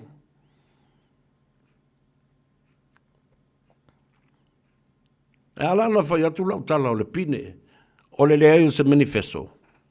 E o ia tau tala I se mea. E le tu ua o latu, ofisa, malo latu, nofuanga au tu tono. E le whewai. E le whewai.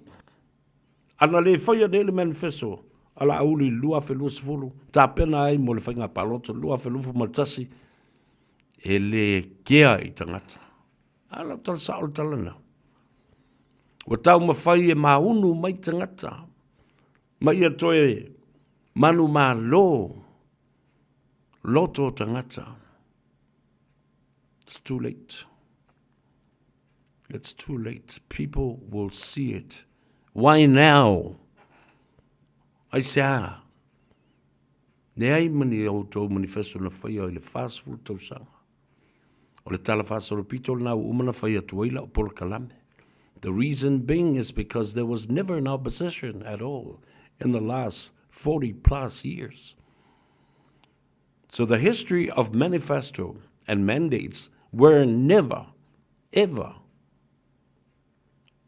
explored or exposed at the time because there was no opposition. Walanto savaline. Ina ua utau iloa. Le tāua tele, o le iai o seitu e angai le malo, ma le iai o seitu e tāpena ina le fina ngalo, ma se manu lauti, ma se anavatau, e ave I tangata. A wafo e li e se filifili ngā tangata na whaia, I se isi pāti wha whai. Nā o le tasi a, nā o le chapipi. Ai ua avea. Le tito, male malolo o le chapipi ma tule e pai le lua felusu matasi. Ma mea ua tau li liu mai ai. E whai sana whata tau I tangata ale mea moni a e le tai kea tule e pai tangata. E kes tangata. Doesn't care about people. Ioe. Whato a kea lea I tangata. Ina ua whao lona malo. Whao malona mamalu, nā watu ala auli ma awatu ai mamalu. A o tūtū ai la auli o na tafa, o le mamalu fo le nao tu lepa. Nā me I au la auli, me I fo I mal mamalu. Me I la auli se lau I ata, o tu ilume, o ai whatu atasi atu le la a tu lepa. He makes one step, la auli is already 100 kilometers way ahead. That's my analysis, comparing and in comparison of these three leaders. Oi wholoa. Mane mata upule o le whai o le mea o le kololi whale mai. Ia, e vanga whai ngko ka mai ka vale fo le whikoso ai e kua a I me lunga koso.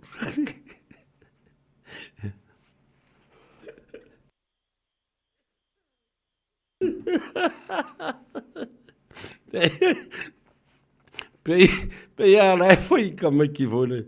Se wha mole lau whionga muri pora laki.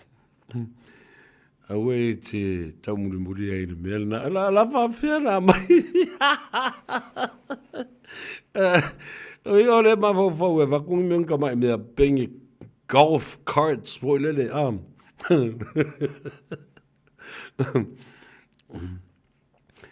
wa pe tasi ale awala sa o fo lele I naona. Afa me kura po. Ia whaanga pio solo kwa I kua whale maa hawhi solo koi Alo, aka e o whaanga. Wow. Ei, o so se me whai I kou meanga. Wonu. O so se me whai kou alau papa. Vet kame mai, kame oi, ngā kai oi. Malwhangua o so mai loi I. Ia mo o loi apolima e whaka kai I fwoi lola I le male. Male awala papa e zalonga. O ka lo whai. Ka fifi. Ia. O su se me whi ko wala papa. Wha le anga I fua lau whangua me le atau sa vea. Le natura le ma tango fia o mea uma. Yo I la alu o koe sau. Koe kolosi mai I e sau kasilem. Lai sa o loto lava I tātou. Sa o loto I tātou. I le mea whai le wafole. A inga la kou ia la kua ku sa o inga lau. Kou ka vale. Ia wa o le ka vale ala ngā kou. Ka lofa tu la leota. La leota si fumuia ma fo Eric. Yeah. Lawrence Peterson. Tala whai. Whamai whaftai. I hope you're feeling much better. Yoe. Whaftai. Wa da whiwhi pēr na whaile mea fo lele. O le insurance of your voice. Vai tu la va loli va tu to ma lol fa so manino. Watching you from Kailua Kona, talo fai. Aloha to you, my brother, to La Leota, Dave, Leilua, ya, va pe fo Papali I Sina, Limps, Leo, Papali, Talova, Parisina, alo lava so fo mvia. Timu ia, wow. Yeah, they look pretty. Yeah, lei tali ai vao, talo lava malo le so fo mvia. E le tatu fasisilanga lea, mo le tatu tu malo o ano ama alua. Lo whafonga mai I le uso. Ia reupena lo le sio mika, ma le faltua, ia ma le ainga lii, patalo whaantu le atau savea. Whapena foi, e le awhionga ia lo au, a voka, ia ma le mamalu foi o le latou komiti whafoe, o le whatutua I le atua Samoa ua tasi ma le latou fontanga I le asoa tai au, e whaia le Brisbane I Ausitalia. Tauto ia upa ia le popo mau pāle solo Samoa. O le ao mamala I le whaasounga o ao ma le atu fulasa.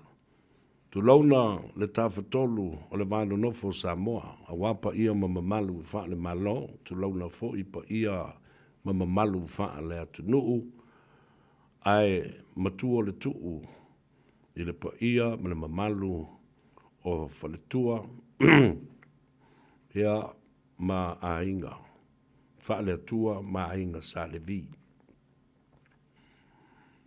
O le nei whasisilanga, tā ua tele e whito I tonu lava lea I le pa ia ma le mamalu o Samoa.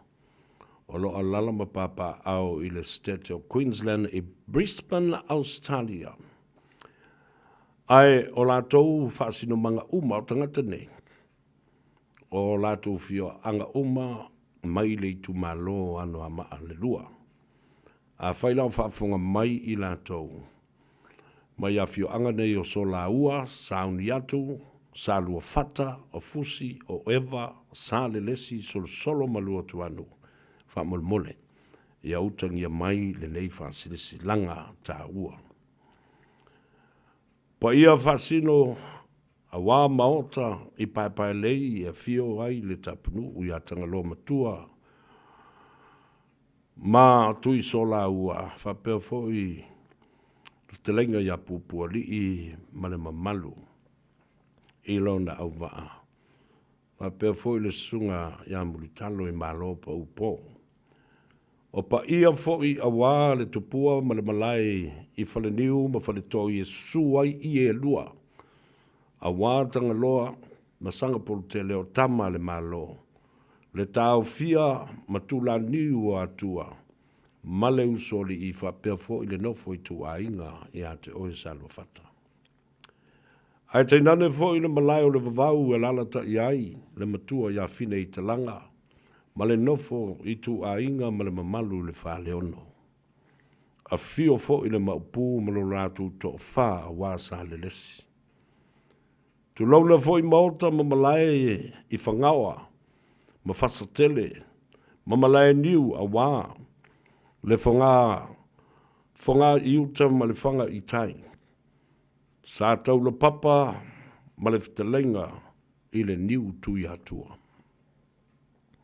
Tu launa fo I maota, ma malai si umoo ma vaioa, susu ai le tawa fia a mali a toa tau le papa, le usoli I ta ua ma e na au iau.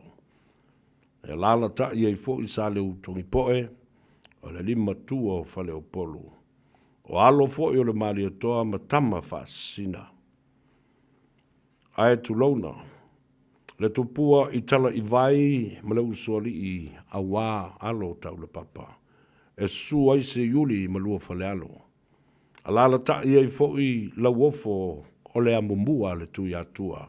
Whapea le mamalu le a inga o mawaenga. Taulangi nama pa I o le tātou tu maloa noa maa lua tu launa lava. Ai wala ngase leo whatou waa. Longo puia li I ai. Lo o tau pa I o mawalunga ona ole whainga panota o lo loma nei Samoa. O iai se manatu e whaiso tātou sao ia manu vao. Se tātou whasosoani ai I le sui tau vā. Whaoli oli o le fast. Po le whatutua I le atua Samoa ua tasi. O lo o tau aveina fua. O le whatutua po o le fast I tutonu o le tātou I tū ma lo le ano a maa lua. Ia lona winga e iai ia le fionga a to mata, nora to mata. Le I u Ioane la mustele. O le fionga a moe wha wo wo. A kui. O le fionga. Ioi, o sui u malava na. O lea la. O iai le manatu o le a whaia le tātou fontanga. I le a sa nei le a so te au. A so sifulma le fitu le na o kuso. Lua fe lua sifulma le lima. I tu lai fa I le a fiafi. O le tuatusi tātou te whailua iai. Valu o tolu Kingston Road, Waterford West. Tue whafonga le numera. Valu o tolu Kingston Road, Waterford West. Amul mole, whafsota I lo au. A voka, e le telefoni o wha o tasi lua lua, valu, iwa valu. Tue whafonga le numera na lo au a voka le telefoni o le te telefono o wha o tasi lua lua, valu, iwa valu. A fio mai, ya, matala mai au. A whai fo I ni si e mantua le numera ale sunga a reo pena lo le si o mika. Ya, whai ona whafsotai. Whafonga ane fo I le taumawhainga le fionga a fonti au loa ma le turisi malana polo kalame. O lo wha lawi loa tuai. Fio mai matala mai au o le tātou tu malo, tātou te mita hai. Te yatu I lo tau soifua e le tuoia. Le aso atai au leo sa, whafti tele lo senia, lo au avoka, mole maftanga, ale I tu malo, ano a maa lua, i Brisbane i Australia. Ia e whaafonga tuala o e te sau mai i a whio anga nao i tūmalo. Le nā o tala pipi i le whaasilsilanga, mitanga o taulangi ia mamamalu o le tūmalo. I lātu uma mai i tūmalo nai, mai nu uma whio anga nā e pei ona o avatu. Ia e tāu o tele i lātou, lala mpapa au e sola ua masauni atu, ia whapena foi ia leanga i atu i salua fata, fusi, eva, salelesi, ia ma solo, malo tuanu. Lena, ta ua tele. Le telefoni lea e toe vatasi lava o le o, fa o, tasi lua, valu, iva valu. Aftai. Fatalo fatu. Alo le seifo manuia i le afionga ia taula papa. Ia, po leo pepe, William leo pepe, malo le on sai, aftai fo i le mafuta mai i le au langa ma le tutua le nei astonai, o le Tanoa Ava e te maua i le sao. Fa mai le tala a le sunga le pali sina. Mai kia ora, absolutely blessed, beautiful, good afternoon, Radio Samoa. Ma lolo se fuman mia, leo fiong le ataua, ia fa malofo i tautua le atunu. Alofa atu ma ua mamama o Losalia, tala fae, ia, malofo i le mafuta mai le au nanga ma le tautua. Maria Ampulu, talo fa lava, ma lole soi fu man via. Toi fo i mai ale o lau tala i le mata upu lea i le fale manono. Ma mea ua fola e manono. Taipea a mea ina fola i o le va o fonti. A mātua mai e la vaktu milion, ma 4 milion e fai e le meo le tano le fonga le. Wa peia un kamiki vale, lea fo le i tumalo, o ma le matu i tumalo. I le whainga le nei meo le awala papa. Mo technology le mai nei. E vānea le technology na e whaalea ngai. E le sio manga taua. Mai le vātua tu ai ngā mea na e whainga o fia ai. Ona lau watu a mio po pua a tangata i te vātu whafonga le tunu. Te ia o tu ai fo i man mo le fuala au whaasaina. Whainga māta ngā, prostitution, tu lau whafonga le tunu. O atu la ia lea whai ia mionga māta ngā i o mātou matawhanga, mo mātou atu whalenga, mo mātou ele, e lale lei whaale nā tura, lalu lau awa, ma o ngā sami whaale anga i fōle ngā tai whale la tau. Whaati tipa solo i tai i le mātou. Ai leilo. Ja, ia tele ia lei asae o mai iuta. Ongi fi inko mea valea whapena. Mai ele tei tupu se mea whapena. Ele tu inatu ele atua se awa noa tō mai e toi whaini mea le anga whapena. A wā o sila fia le lei. O leo mai leo mai ei. Eo mai ia maleti ngā ono toi fia le pao a wā. E le i mafo wina o le ati tō whapea i le panoto o le lua wheluas from a tas. They were over too confident that nobody else would ever take to the epa throne and throw him off the rail. Yeah.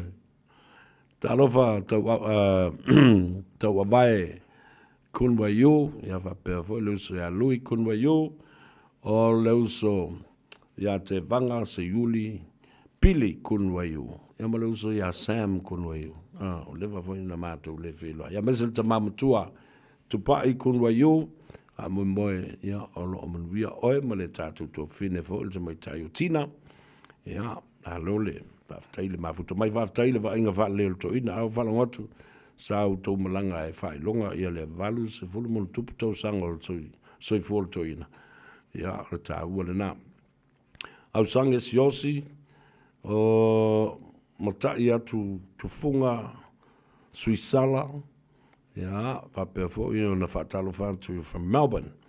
E sau Jerry Moores, malo lava, James Bond, o le aso lusfulu ma le fitu. O le aso lulu, aso lufulu iwa. Pa ui le aso wharile, ia se toi vai whale ifo, ia tātou calendar. La e pasefo, talo whalava, Whilinga Cameron, le si ala mea le o te pespese tuai. Au whafonga mai i le fionga komisina. Komisina o whinga panota. Le fionga le whasina. Tuia whelolo John Alexander Stanley. Ia lo whangia. Paua leo le mea leo te talo tuai. Aua ne i moea palota ale motele sa la fai po o polu foi. Fele tu malo. Ia whalatalata i o. Ia ta vale matulanga whapena. Ina ia vave o na o mai ia whainumera. Ala le na. O le whaitau le lei and scrutinizers to be there with the police and doing an honest job. Whai le whamauti. O me ia palota le te tau na moea 24 hours. No. Do the right thing, the transparency, the accountability. O le whaamaoni, o le mea tā uolo sila. I ai le atua. I mana onga o tangata ina ia whiriwhiri o lātou te tai. Tūlo mal microphone na nafi. I le fionga i le whamuina o papu. Sau lolo ma le fionga i le whamuina. Tulou o na taulangi leanga o le muritalo le tala no atu. O le whea ngainga le nā. A le whamuina. O le whamuina foi. O le whea ngainga le nā. O le sunga i le muritalo. Mana i alsa unga o whamuina. Le tupufia. Pe mai whamuina o man whai atu atu lepa. Eile mea o te mana o whai, tātou te o e whai, maa le mea mua lava le nā e tau na whai. O lea, tātou wō, tātou te whātou ese, i le au whai ngā ruenga le atua. Ea. Tātou e o e tātou te tūtuli ma whaasifo, ma whai se tātou wifonga. Ma wha maua lalo. I le au whai ngā ruenga le atua. Ka whiwhi. Lea le mea la whai i le mea. Aisea. Sau noa lava i le toina. Me whamuina langa ua tātou lea mana ia. Le au whai ngā ruenga. Tu sa lea ua sau noa sa o lava whamuina i le pāti lea na te lango ina. Ma le mea na whai e tu le epa. I whai whi au ma le au whai ngā luenga to tofi masale vi i a Samoa atoa. A whonga lei Samoa. A whonga lei. Nioe. Nan mena whai. Let me give you a little bit of background history of how Samoa got into so many and so much debt. Debt. Aita lafu. Wale mawhai na tutongi. Ua whaasafo i ma Samoa. O siri atu o ova atu ma le limitation. Po le mea te tau o na o i ai. Lona malo si anga e whai anno ngā tupe. Sao, pau wale o le mea sa whai e tu le epa. Malana whai ngā malo i le whase fulu tau sanga ma le tele atu o tau sanga.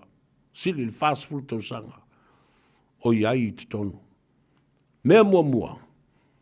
Na o le o lava e ao mai la fonga. a tangata whai ngā ruenga o le tunu. All they were doing is collecting taxes from every worker of Samoa. Lua.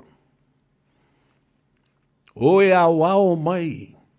Le VAGST sa tutongi e pisi nisi ma company tu ma oti. Tutonu o le atunu. E a whapena manai tupe na maua mai I o loa na whatau ina atu I whafu. Tupe na maua mai I le asia si atu o tangata tu risi ma tangata tāwhau. A tō tele, e tō tele atua ia, o Samoa, e no nofo I whafu, e toi atu ala tōtou no nofo I whaletani mālo I Samoa. Mata uai, they are Samoan tourists. Tourisi Samoa. Lale si mea sa ao mai ei tupe. Ao mai tupe. I tupe wha momoli e tangata Samoa e lala ma papa au I whafo. International remittances and foreign rate exchange. Whafonga le lei Samoa, ona e manino e lema e malamalama. I mea ta o ati na e ma mea sa whai e la wari ia. O loan la sa whai. E te tau na whai ei awala. Whai ei whale. Whai ei infrastructure. Telefoni. Whesota inga. Swavai. Ele tise. Au nanga whalau e tele I tangata. Yo, ala mea nana whai. Te lo la le mea na tupu.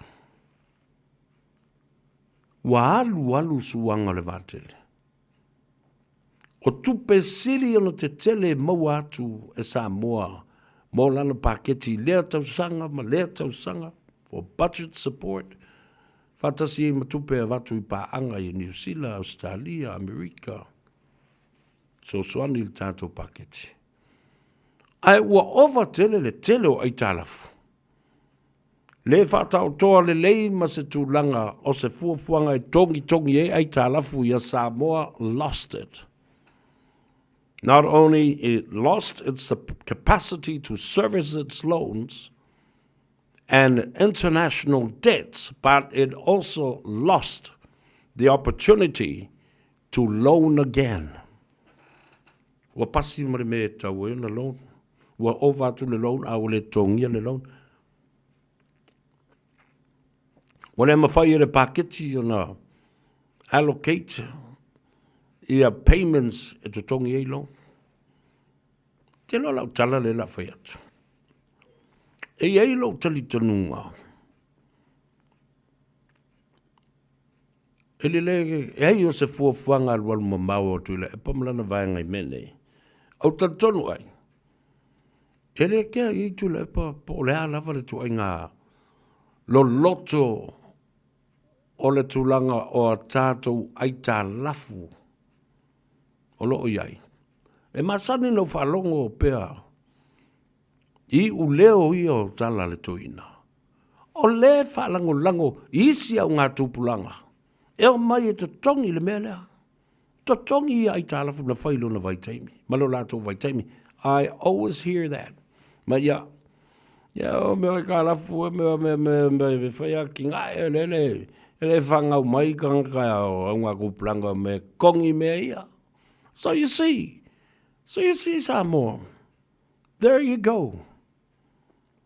If you don't listen carefully pe au tō le whalongo longo le lei ma poe maua I u leo o mataupu nei. Ona e lola ia lea. O lai tongi mai ale pulu o le tamaloa. Saua I ma le tali I tua. O mea nei. Ina ua le mawhaila e Samoa ona toi to tongi se ai tālafu. A ua le mawhai fōi o na whaatanga ina e whale tupe te tele. Monetary Fund, IMF, International Monetary Fund. World Bank le fale tupe tele le langi. ADP, Asian Development Bank. China. Yo. Wa uma mo so fale tupe o le atu Europa. Wale ma fai le toi fai se. Wale ma fai le toi fai se italaf. Wale ma fai le tongi italaf. Italaf la yele no atu nei la vanga ia. Ile tongi. Au le tau wha malama lama le lei atu. Ulanga o le pito la au le na a tātou. E wha malama lama ai le tau wha leanga.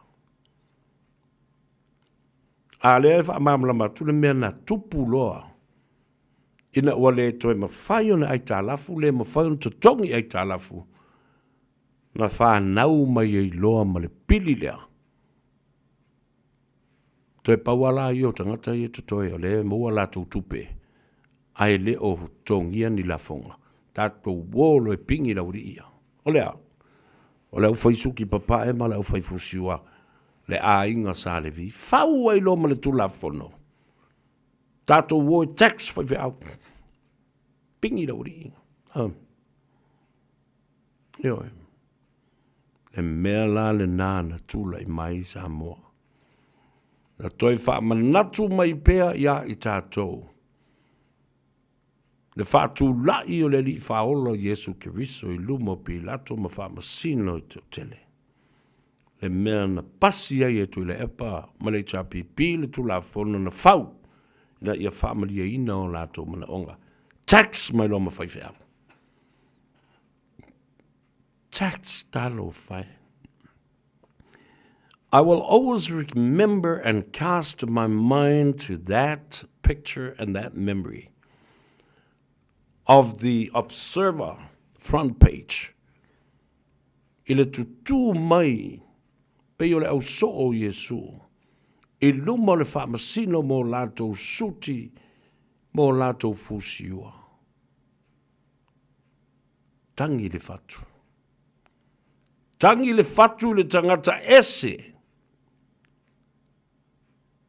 Wawala au iai le tua. E alu e tala i le tala le lei. Mas wasu le ipu vai o le ola.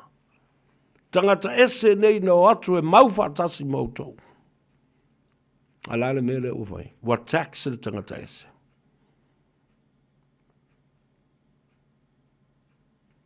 Na whaalongo iai le tamaloa. Na whaasisina ia to le afoa. Sa avea mafonga fetalai. Mafasiri ngia. I lona tali tonunga. I le mea ua whai nei i whai fe au. Whai mai le tala.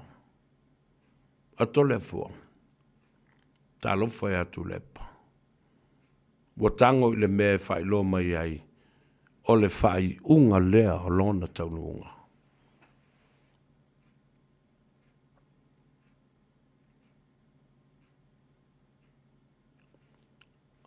O le unga lea, o le whainga māloa tu lepa. Wai tangolo i whai whi au. Nā lale mea o tupu, wa mū o lo malima. Tele iwa o onga le lei te tau na tātou maua mai le nei mea, mai tātou te le toi mana o mia. We don't need the repetition of this kind of event in the future, Samoa. Yo. O mele taimi no to whapele ka. Wa sa o prediction. Male mo ling o le sa vali al tangata leo le atau sa vea. Na pese mai ai. E ala o fa yatu Samoa. E mea la le na.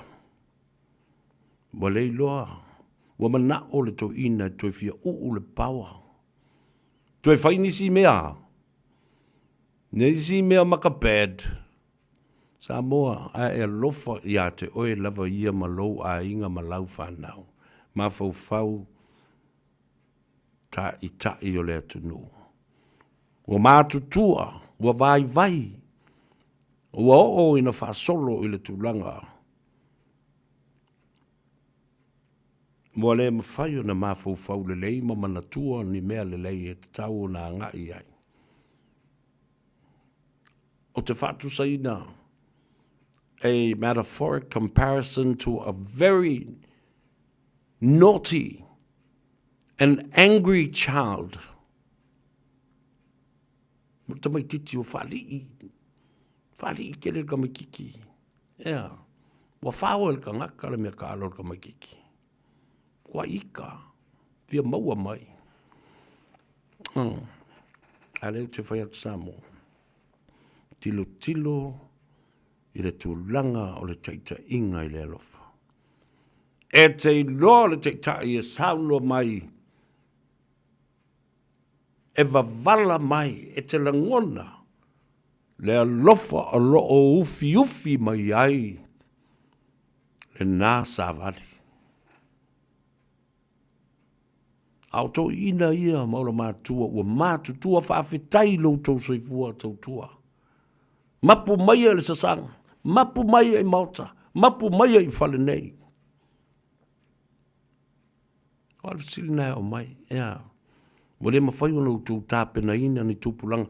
O le lua le tolu tūpulanga ia ua misi le vāle o le fast food tau sanga sa te tau lo mai. Retire lo lava le fitsufolo mei. Tā pena leisi tangata.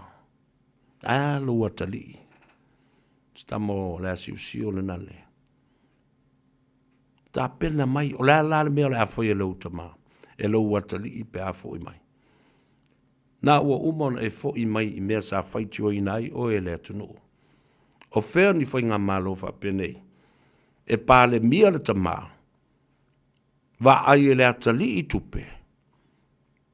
Ai va ai e leisi ono nā atali i whaale tūla whono. Tūlanga o tupe uma. Ma le ofisa o le su e tu Cecilia le atunu. Tu sa wale au ngā atoa i stofinga uma. It's all about money. All money stops here. In Tuila Epa's little circle of his family. O whea ni whainga malo whapea. Is that transparency?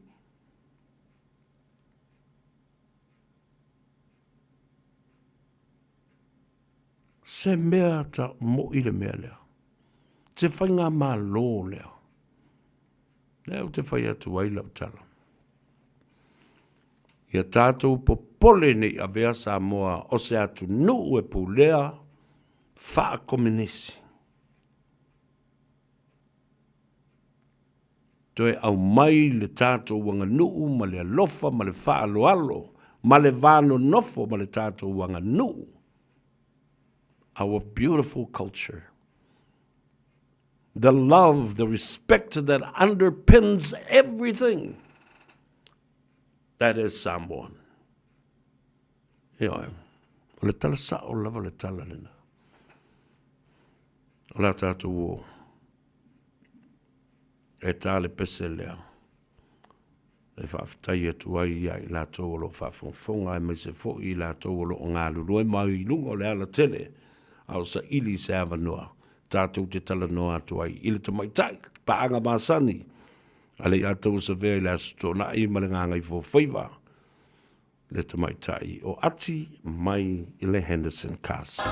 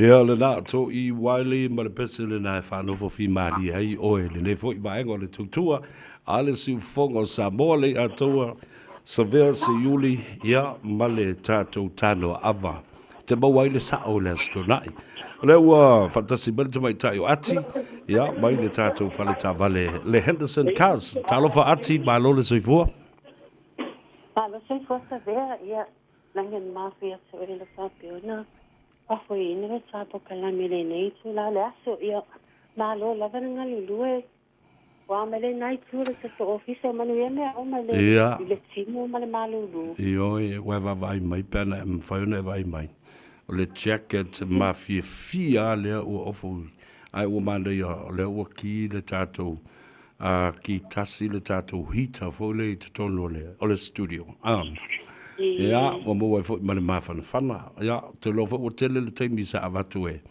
sai ni ai au kon kalati le nei aso ma tulanga fa pena malo le soifua malo fo nga lue o te ia o to timu fa fo se ia no la o mo le aso ia sa le o to timu mai lava o le la o le taimi o mai sa songa luenga ia sa so malo lo fo ile o mo fo le vai aso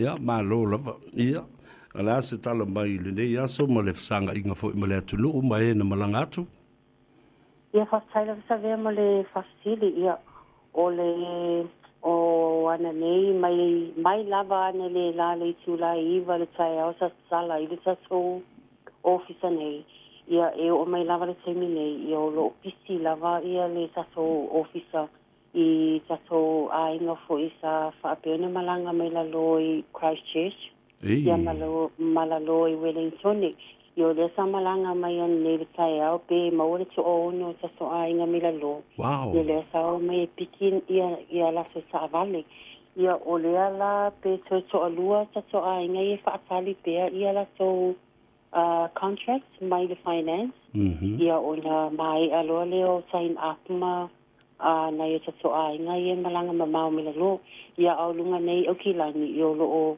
o leo lo o whaatali pia nei te so aine lunga nei ia e muli ai lava ia la tau ia le tu lava le ava no ia i nei ta so ainga ia malanga mamau me le lo ia e wha muli ia tātou ia i lunga nei a kilani.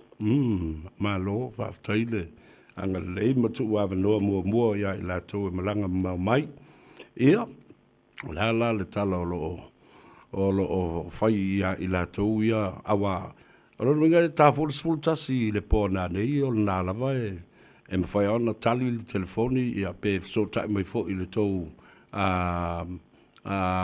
apio fōringa. Ia saole lei sa vea, ia e tapuni li tato ofisa nei le tulai 5 o na o nei ala le asito ana ia e mawe i ona tapuni ia tato ona o le tua le asasa, le asasai au le asasa. Ia pe o le tulanga ina lo ka pe ona mawe o ni tapuni tato ne le sona ia o ai o lo whaanga solo pea ia sain apa tato nei tato ainga e le tapuni tato le tulai 5 ia ai o lo ngalu lue pea ia nei tato ofisa fui se ia pa ia na nei le tulai sfuma tasi ia le au nanga lava le Henderson Cars e mole malu lava le tunu o lo whape ona fiamana o mia se soane fia apalaini ala se tāwale e pe o to tele a fato ava noa le taimole po ia to tele fato a mana vai ia pe o tulanga na ia loa watu uai le tato waiai nei tato ofisa foi e ngalulu e se ia pa ia na nei le tula suma tasi po.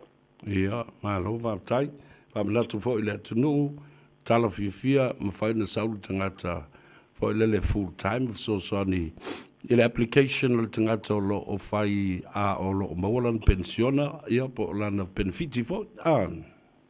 Ia, whawhaile wasa vea wa e sa ua tūlanga lea e sele sa ua o na so tele lava nei ta so angai e apalai mai ma bala au mai selfoni ia e benefiti ia o aia inga o le benefiti po le tangasa le po tamama tina matua le sala le pensione ia mana o mia lava tangasa full time ia tangasa le na ia e sawe support pe sawe whaamalosi lau application ia ole tūlanga le pei meni ma le tangsa alu savale. Ia alu lava le ngō oele te benefiti. Ia e pe toa solu o maso customer ia le namalanga me la lo savea. Ia e toa solu o la so ia e pensione. Ia tamama tina masua le sala le pensione. Ia e toa solu o la so le samalanga me la lo i Wellington. Ia le sao mai ne pikiala so savale. Ia, malo whaftai, ia, te ue te si vanga pa u, ai, ma la ia le, au mai o le tā telefoni, ma le tā tuatusi. Ia, le whaamaina sa po kalami sa vea, ia, e momole a supele angang whaftai, ma le whamalo foi, le malo foi la tunu o lo whapeo, na nga e mai i le tato ofisa nei, po i le Henderson Cars, ia nai o tato ainga lo whapeo whaamanu ia ina la to application ia manisi fo e tato ainga lo whapeo na whaasali pea ia se tali mai ale finance ia o le tato numero telefoni ia o aiolo o fiamana o mia se sosoani i le nei taimi ia wala au mai o afi le numero vilfua i le o vale selau ki tastasi ia pete susa o mai fo i le maso address o le tasiva fa Kevin Jishravi Papa Sutoi ia pese email mai fo ilunga le maso Facebook page ia nai alu le Henderson Cars ia te lo mani sa taimi wa umale sa taimi fa tulanga ina ia tato filoa i fo ila sunga fua ila sapo kalame masani e manu ia te le sa pasila so tai au ia fa te le lava ia te oe le tamaitai mo le nei vai aso atoa au tā mafuta i le ngā ifo o whaiva o Samoa ia le o tawa lunga i le tāpole kalame o le Tanoa Ava i le nei asto nai ia lofa tele mo oe male ngā ruenga saunga le mū le taunu atu i Maunta Malawa e maisel sa pati fo i le aso tau o se whamala tuatu e tala tātou tau pe a mai a sauninga ia saole ia e sala tātou tau le tūlai spulu e sa puni le tūlai wha i le afiafi ia le lei whaaftei tele manuia nei a fiafi alo whaatu manuia sa pati a tai au ta whiloa i I le ngā ngai fōwhaiwa I le vai asa fōu. Ia kwa whaisa rea lo whaafi mani e tele la fiafi. Whapena fōi, alo whātu, ma mia le whiawhi whāsoi fōia. Ia le nā, tamai tai o ati, mai le tātou whale tāwale Henderson Cars. Ia, mtua o le lātu telefoni le se togi o Valuselau, fitu tastasi, o Valuselau, fitu tastasi, ia ele ngata I lea. O le lātu tuatusi, tasi iwa wha, Cavendish Drive, Papatoetoe I Manukau. Whatalo whatu, so ole mulu sa vao pasene, timu ia I pai tele, ia whapea fo I so ole mulu, ia ma ese sio vai au. La e pasefo talo flava malo, so I fumaruia, le tamaita ia la epa, ia whapea fo ia le tamaita I o kalameli, alipia po le fionga fo ia tu iata. Malo, o kai kero lau au tusi, mātango fio tō langona. Ia, toi fo I lau tala. Ile mata upu le nā, e winga. Ile sau noanga le fionga le tupu fia, le whamuina, o eti o papo. Tulepa tātou o tātou whātou ese, mawhaile whātou esenga, le I fonga, ile au whainga ruanga pa ia le tua. Ua sao tonu wale mea lea ua e sao noa i eila ua fionga whamuina. Leanga o le pāti lea ua e iai, ma e langolangoina, o tui la epa ma le HRPP, o I la tau nā na fausia le tu la fono. E taxai ma to togi la fonga whaiwhea. Ia, o se mea sa omale mea te tau le whai. Ale mea lau te whatuai, ai atu lai mai le whatu tui le tua Samoa e tasi. A le ale tūlanga o ia tūtou. Pē manuia, pē le manuia. O pēa. Eo e talo uma whaiwhi au. E o I se whale ta alo fo lea I tōna I mato. Pē talo uma whaiwhi au, uma malatu e kalesia. E o I le apia paka. No la ia le matua ta I le leini tonga mani mea whapena. E whato ese ai. Ia, ma whaasifo ai, whai le mea le nā, o le mea tā ua le nā, o na toi manui ai leo Samoa, la ua alu whai ngā malo la tau ia, tā ua tele. O le si lava e ngā peo nau whai atu le Memorandum of Understanding o lea ua iai nei I sui ia whaasfu ma le wha, tutu taito o tasi I la tau. E le te tau ai o na toi o e ave la tau o ni kingmaker. Langa o leo uman sao no mai. O le whainga malo e malo. E o e fo e whapipi I ai. E le toi tau o e toi la langa mai se pati. O lo o mana o mia se whainu mera. E whaatu ai se malo.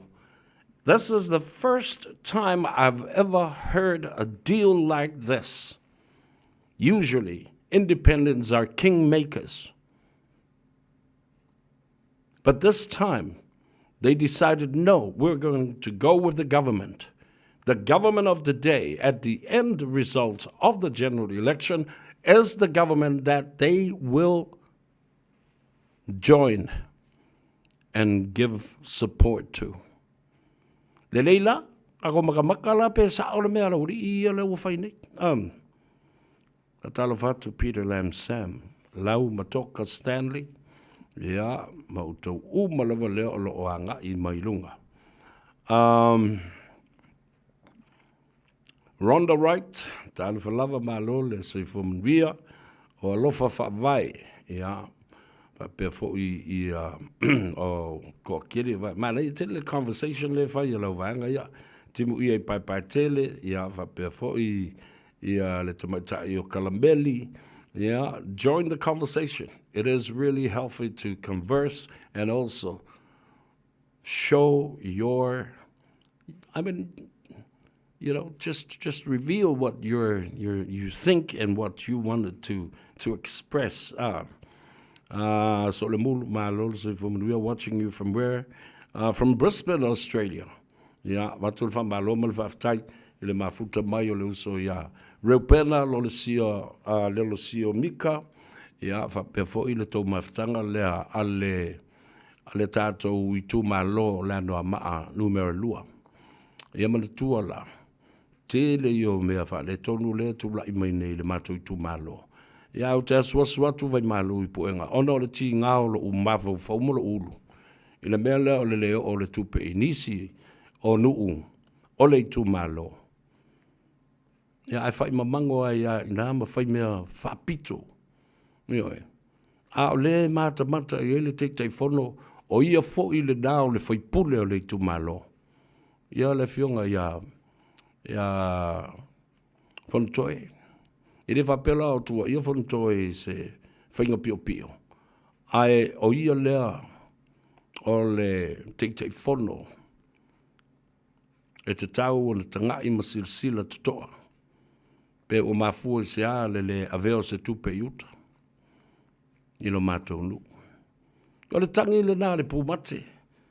Ina ia lanu tasia atoa. O le whana vela vele iai. O tangata iai. Le ia no nofo i tono whono whawai nei. Ai mai se a i tu malo ia lo te whono ai ia sui whaipule o le chapipi. Lea lavo lo pepese, ma sanga pepese pea. Le se tupe o atu iai lato. Awa la tupe ia avatu nei ma utou ta saini ma mata atu. Tau te ula i wili paelo, ula i le mero suo, ula i le ale umano whai atu. O mea na avatu e ngalue ina ai ia le loto i fale ai meise o whaato anga. Mani ati na e whaia. Obviously, o la tau nei e complain i le leo o to stupe a lea la o tātou wawa e tu nei. O whaatau ngā aisa mea ia ua whai mai tupe. A o tangata o lo o se ei ai le lufi ina o le tupe mole manui o tangata lautele. Nero winga la le fo ka le isi kongo i o kako i kumalo. A la e tali mai ia tua olo. I se tala, ma se tali atu. Atu le epa ma le tua inga o lo o whai nei o tutuila ma manua po American Samoa, po whainga malo, po o le malo, le o lo sawa i nel sa palai. O le aisa i tono Samoa. O lo au mai tuila mamanua. Ta fefe, ta fefe. Ia le lava la ua whelautoa ai ele tō tele o le au mai mboa ma le au tustusi ona o le tūlanga. Sa te tau na matua i mata i tuwina. Le application e po o le stala al te mai tai. O mua au whaalele.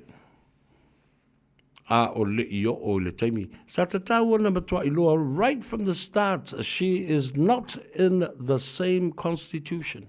Our same constituency.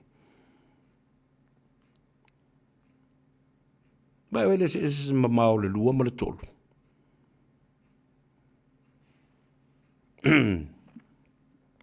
O te ofu. Ia, le nāna mo o le tūlanga lea. Tālofa lo uso pele, Fualau, Filipo, Tavita, Teuti, lo mata matatu, matapua i atu mai St. George, Utah. Mai le me wai o ngi ai. A Fualau. Tālofa e. Tasi nei uso se tangata sa pele tele i loto ma le mafau le mātou tama i ala vea. O le uso ia li, tauti, ia whapea fo i le uso ia Fualau Filipo, o le li o tupo, o le uso ia Tavita, ia whapea na fo i le li o Sawhai mo le uso ia Simona. O le auso uma ia, o tangata e sili o na pele i le loto o le mātou tamā o wafo i e o mai, i e matali e, ia mata ngofi fa se esko inga, ia e la vevea i po mua toina. Ia, Dana Sili Sula, talo fa lava ma lolo i from ria. Ia, talo fa tu ia Filinga Cameron, Alo le soifua manuia. O le mea la e malia i o le mea le nā lena o whai atu nei. I le whaalave lave o le si matai whale ata le nā. I le taimina sufi ai e le tofa i a fiu.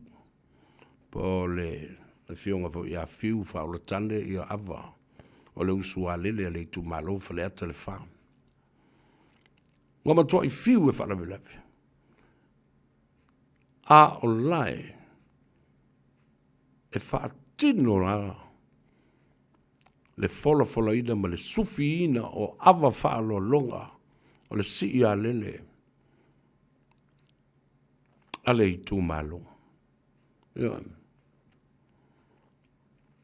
E wape ia. Ana o, whawhetai ai le lava le papale ma le ono sani. A ua fiu e whai atu, alai whai ala unga ma le folfolava. Well done. Good on you, Phil. Ta ua tele malo ta pena. Ta lofa urima, malo, English tuiveiti, Elijah tuiveiti. Ya, malo le soifua manuia, whaftai le mafuta mai. Ua sifuru ma le tolu minute, ua te ai nei, ia le itu la e wha. Ia le na.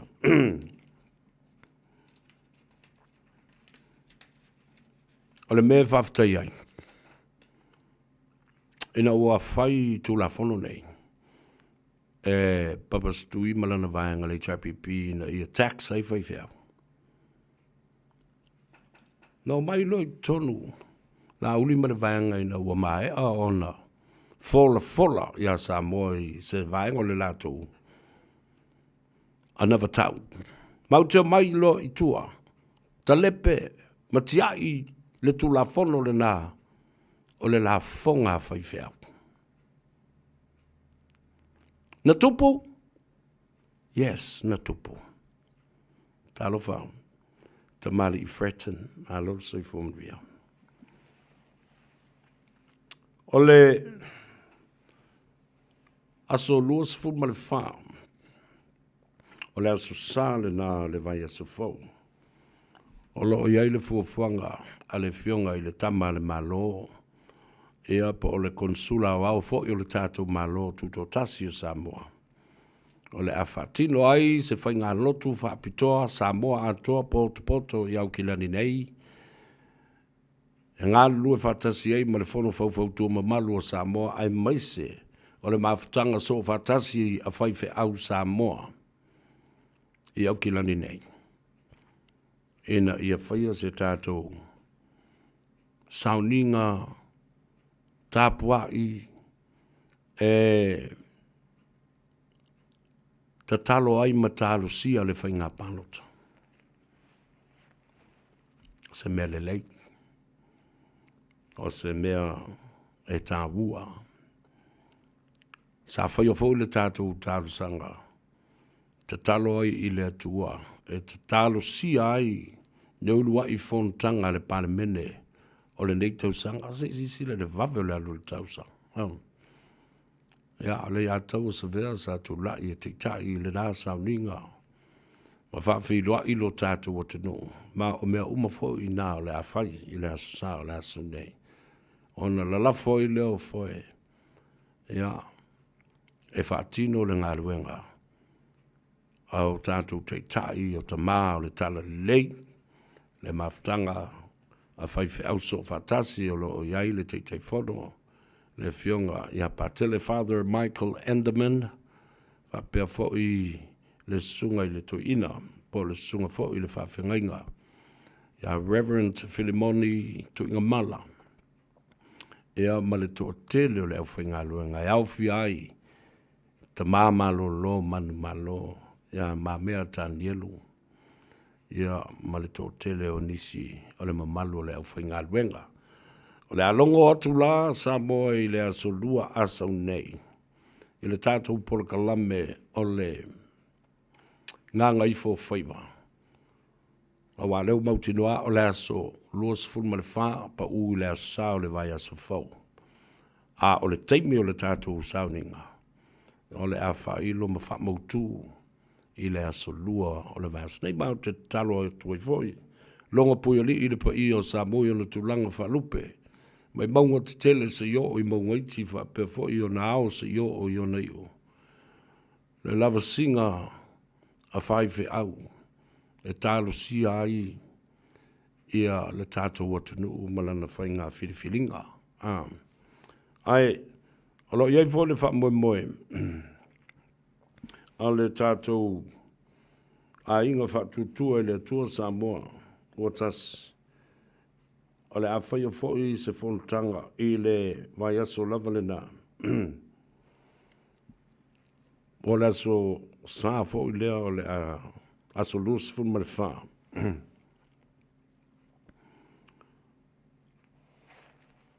O le a whatino ai ia le wha moe moe I le Oats nightclub o I le tau le wha I le fiafi. O le ai, se tilo atu lung tau pulea. Nea.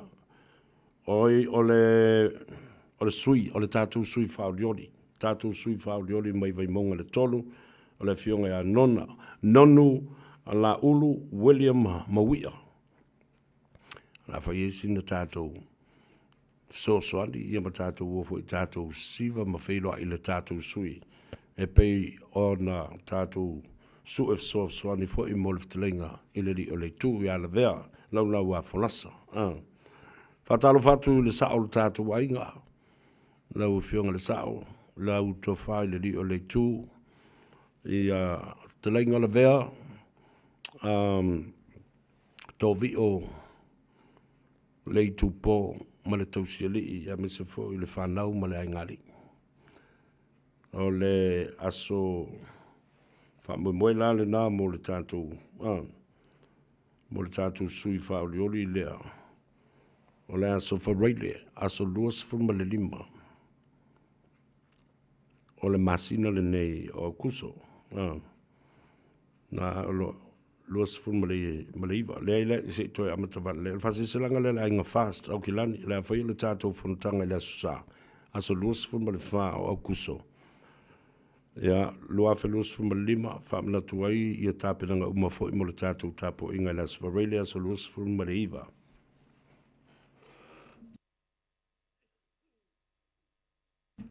Tāpo inga le whai whaatasi. O le whainga palonta. Ia ma o le a live fo le tātou whainga palonta. Ia sona e lua. Luas fulfitu ma le luas ful ma le iwa. I le tautua a le Radio Samoa. Le ngā ngai fo whaiva. Whaatasi ai ma le Tanoa Ava e le aso tonai. Ia, o le wha moela na. Fontanga I le aso luas ful ma le wha. A o le aso whareile aso luas ful ma le iwa. O kuso. Ia, o le tātou tapua inga whatasi le nā le a whaia. I le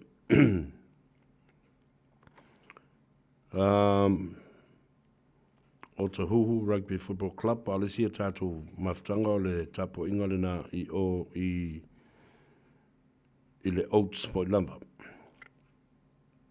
Wala wane whamul mole ia le fionga le au te utupe o le tātou mawhtanga le fionga pelota I vau se tima mafiso tanuvasa I le telefoni lea o lua tasi o valu tasi lua lima lua o fitu te whafonga bani numero na o lua tasi o valu tasi lua lima lua o fitu tai o le laulau o le tātou a inga.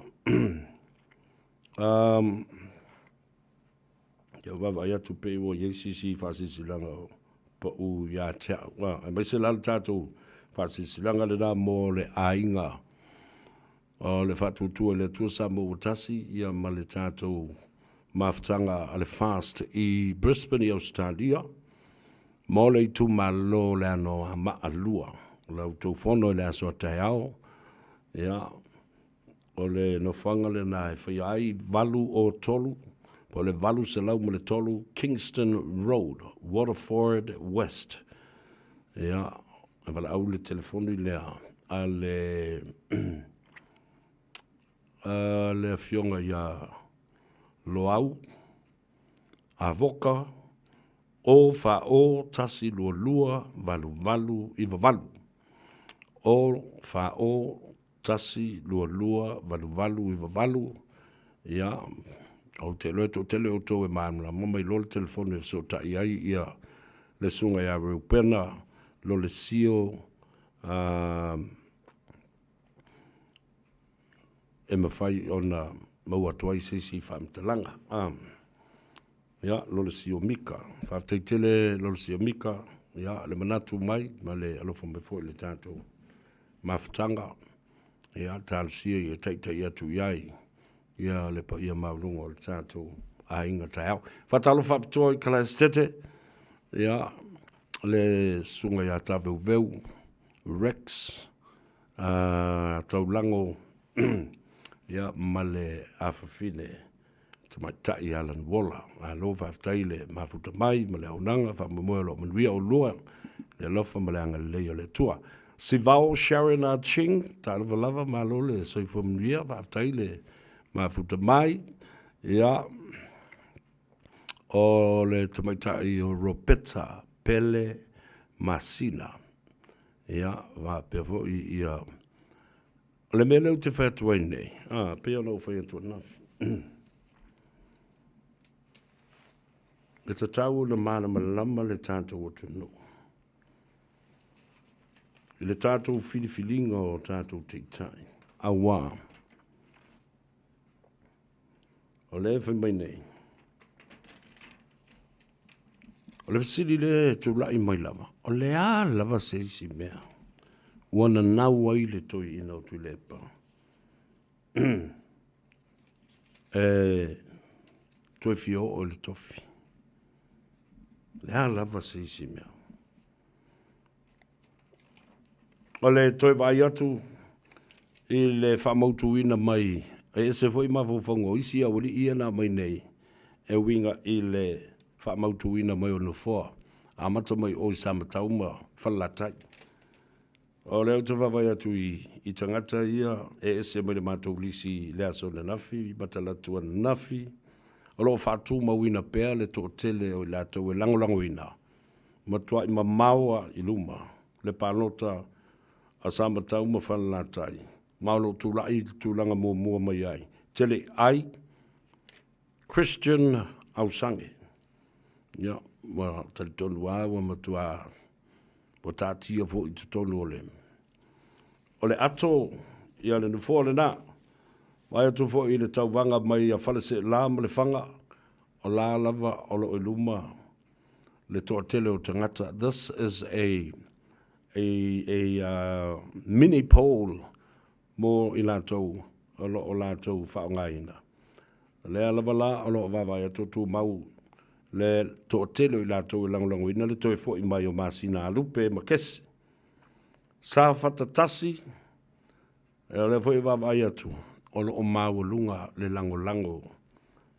E le fionga ia anapu, seve, tei, fui mono. O mai sa whatalua, o le polling lava le nā e tasi, o le ane whaonga, lea o lo oi luma, ia sa o le toa lua lea.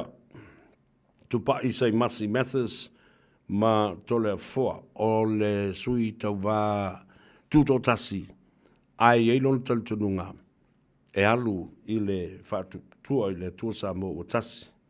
Si umu, ia, le wawa e tufo i le pole lea, o lo o i luma pēr, le lango le tō tele ia le ota tu uu anasi. Whale ali li tasi, ma mao i luma le lango o tangata o le whamai e tau na toi fo i mai ia toi lupe o na semo. O whale ali li lua, e lua ia sa ia e tau mo tutusa mai e i. Fui maono malia, ma le toe fo i mai o fui maono tito. Ia, tātia i nā polls nā. Ia mantua o polls, leo meo polls whate tai. Fore pe o mea New Zealand i e whai e talanoa mawhisiri tangata. O nei lola ia lea po aile ave la tō whatu tua. Ngā le te leo taimi. When these polls are done, they usually tell the real story of the real election numbers and the turnout.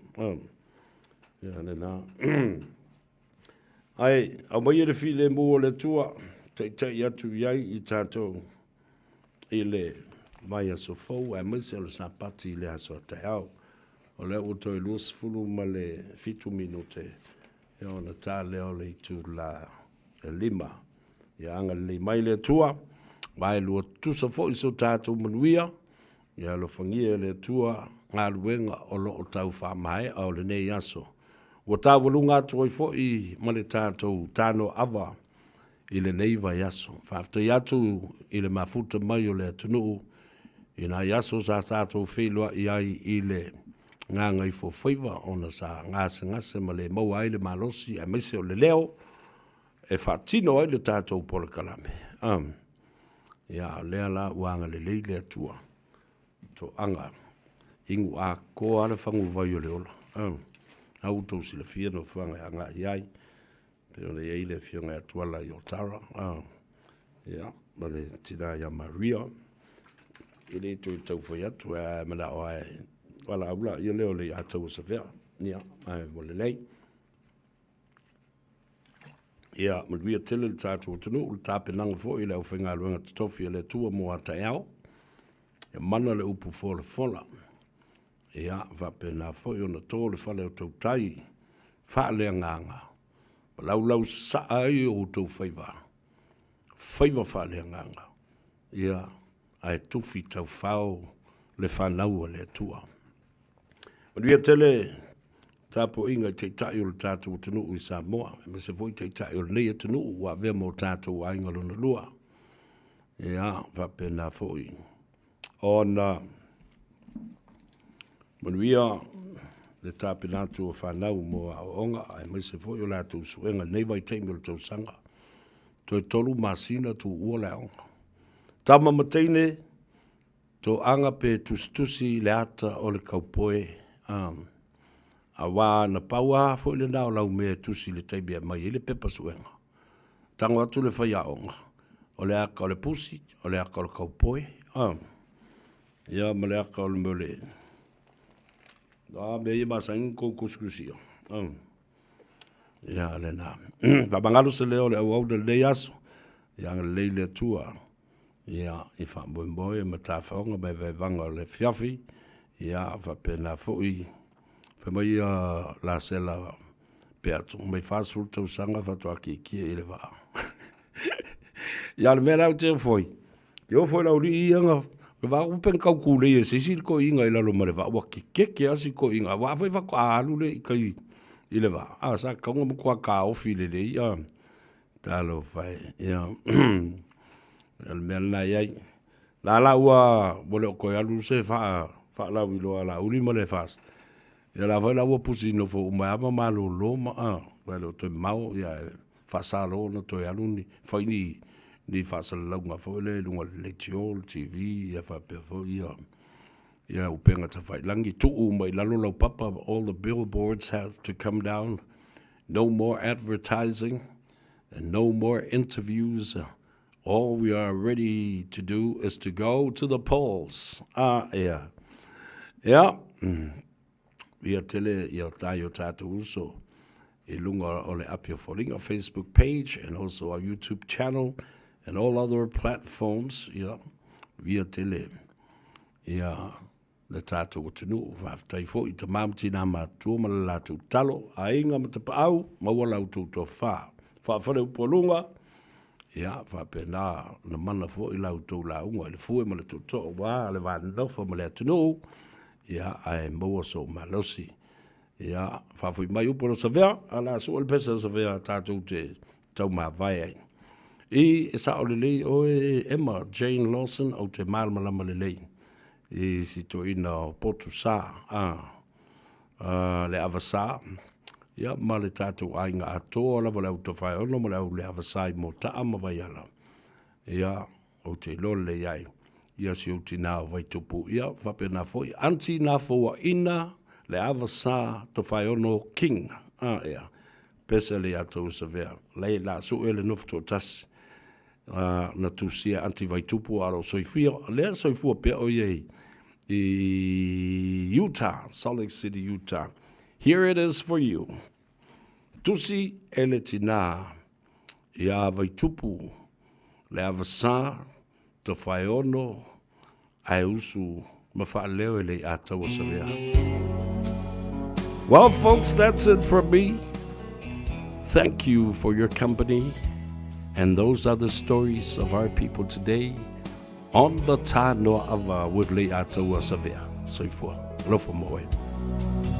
O uno foto atasi ma fau ngai wa sau tualasi le alo fahi mo oe wa pei o se mai awele lai se iangi mai si o le o e tafia falongo iai la upele ea o ofea o e ai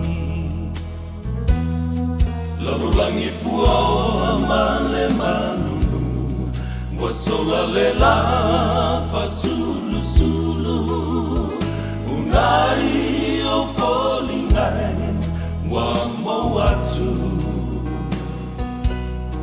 be ana ela talata mai se fusia ma e foi mai la upele ea wasili o ele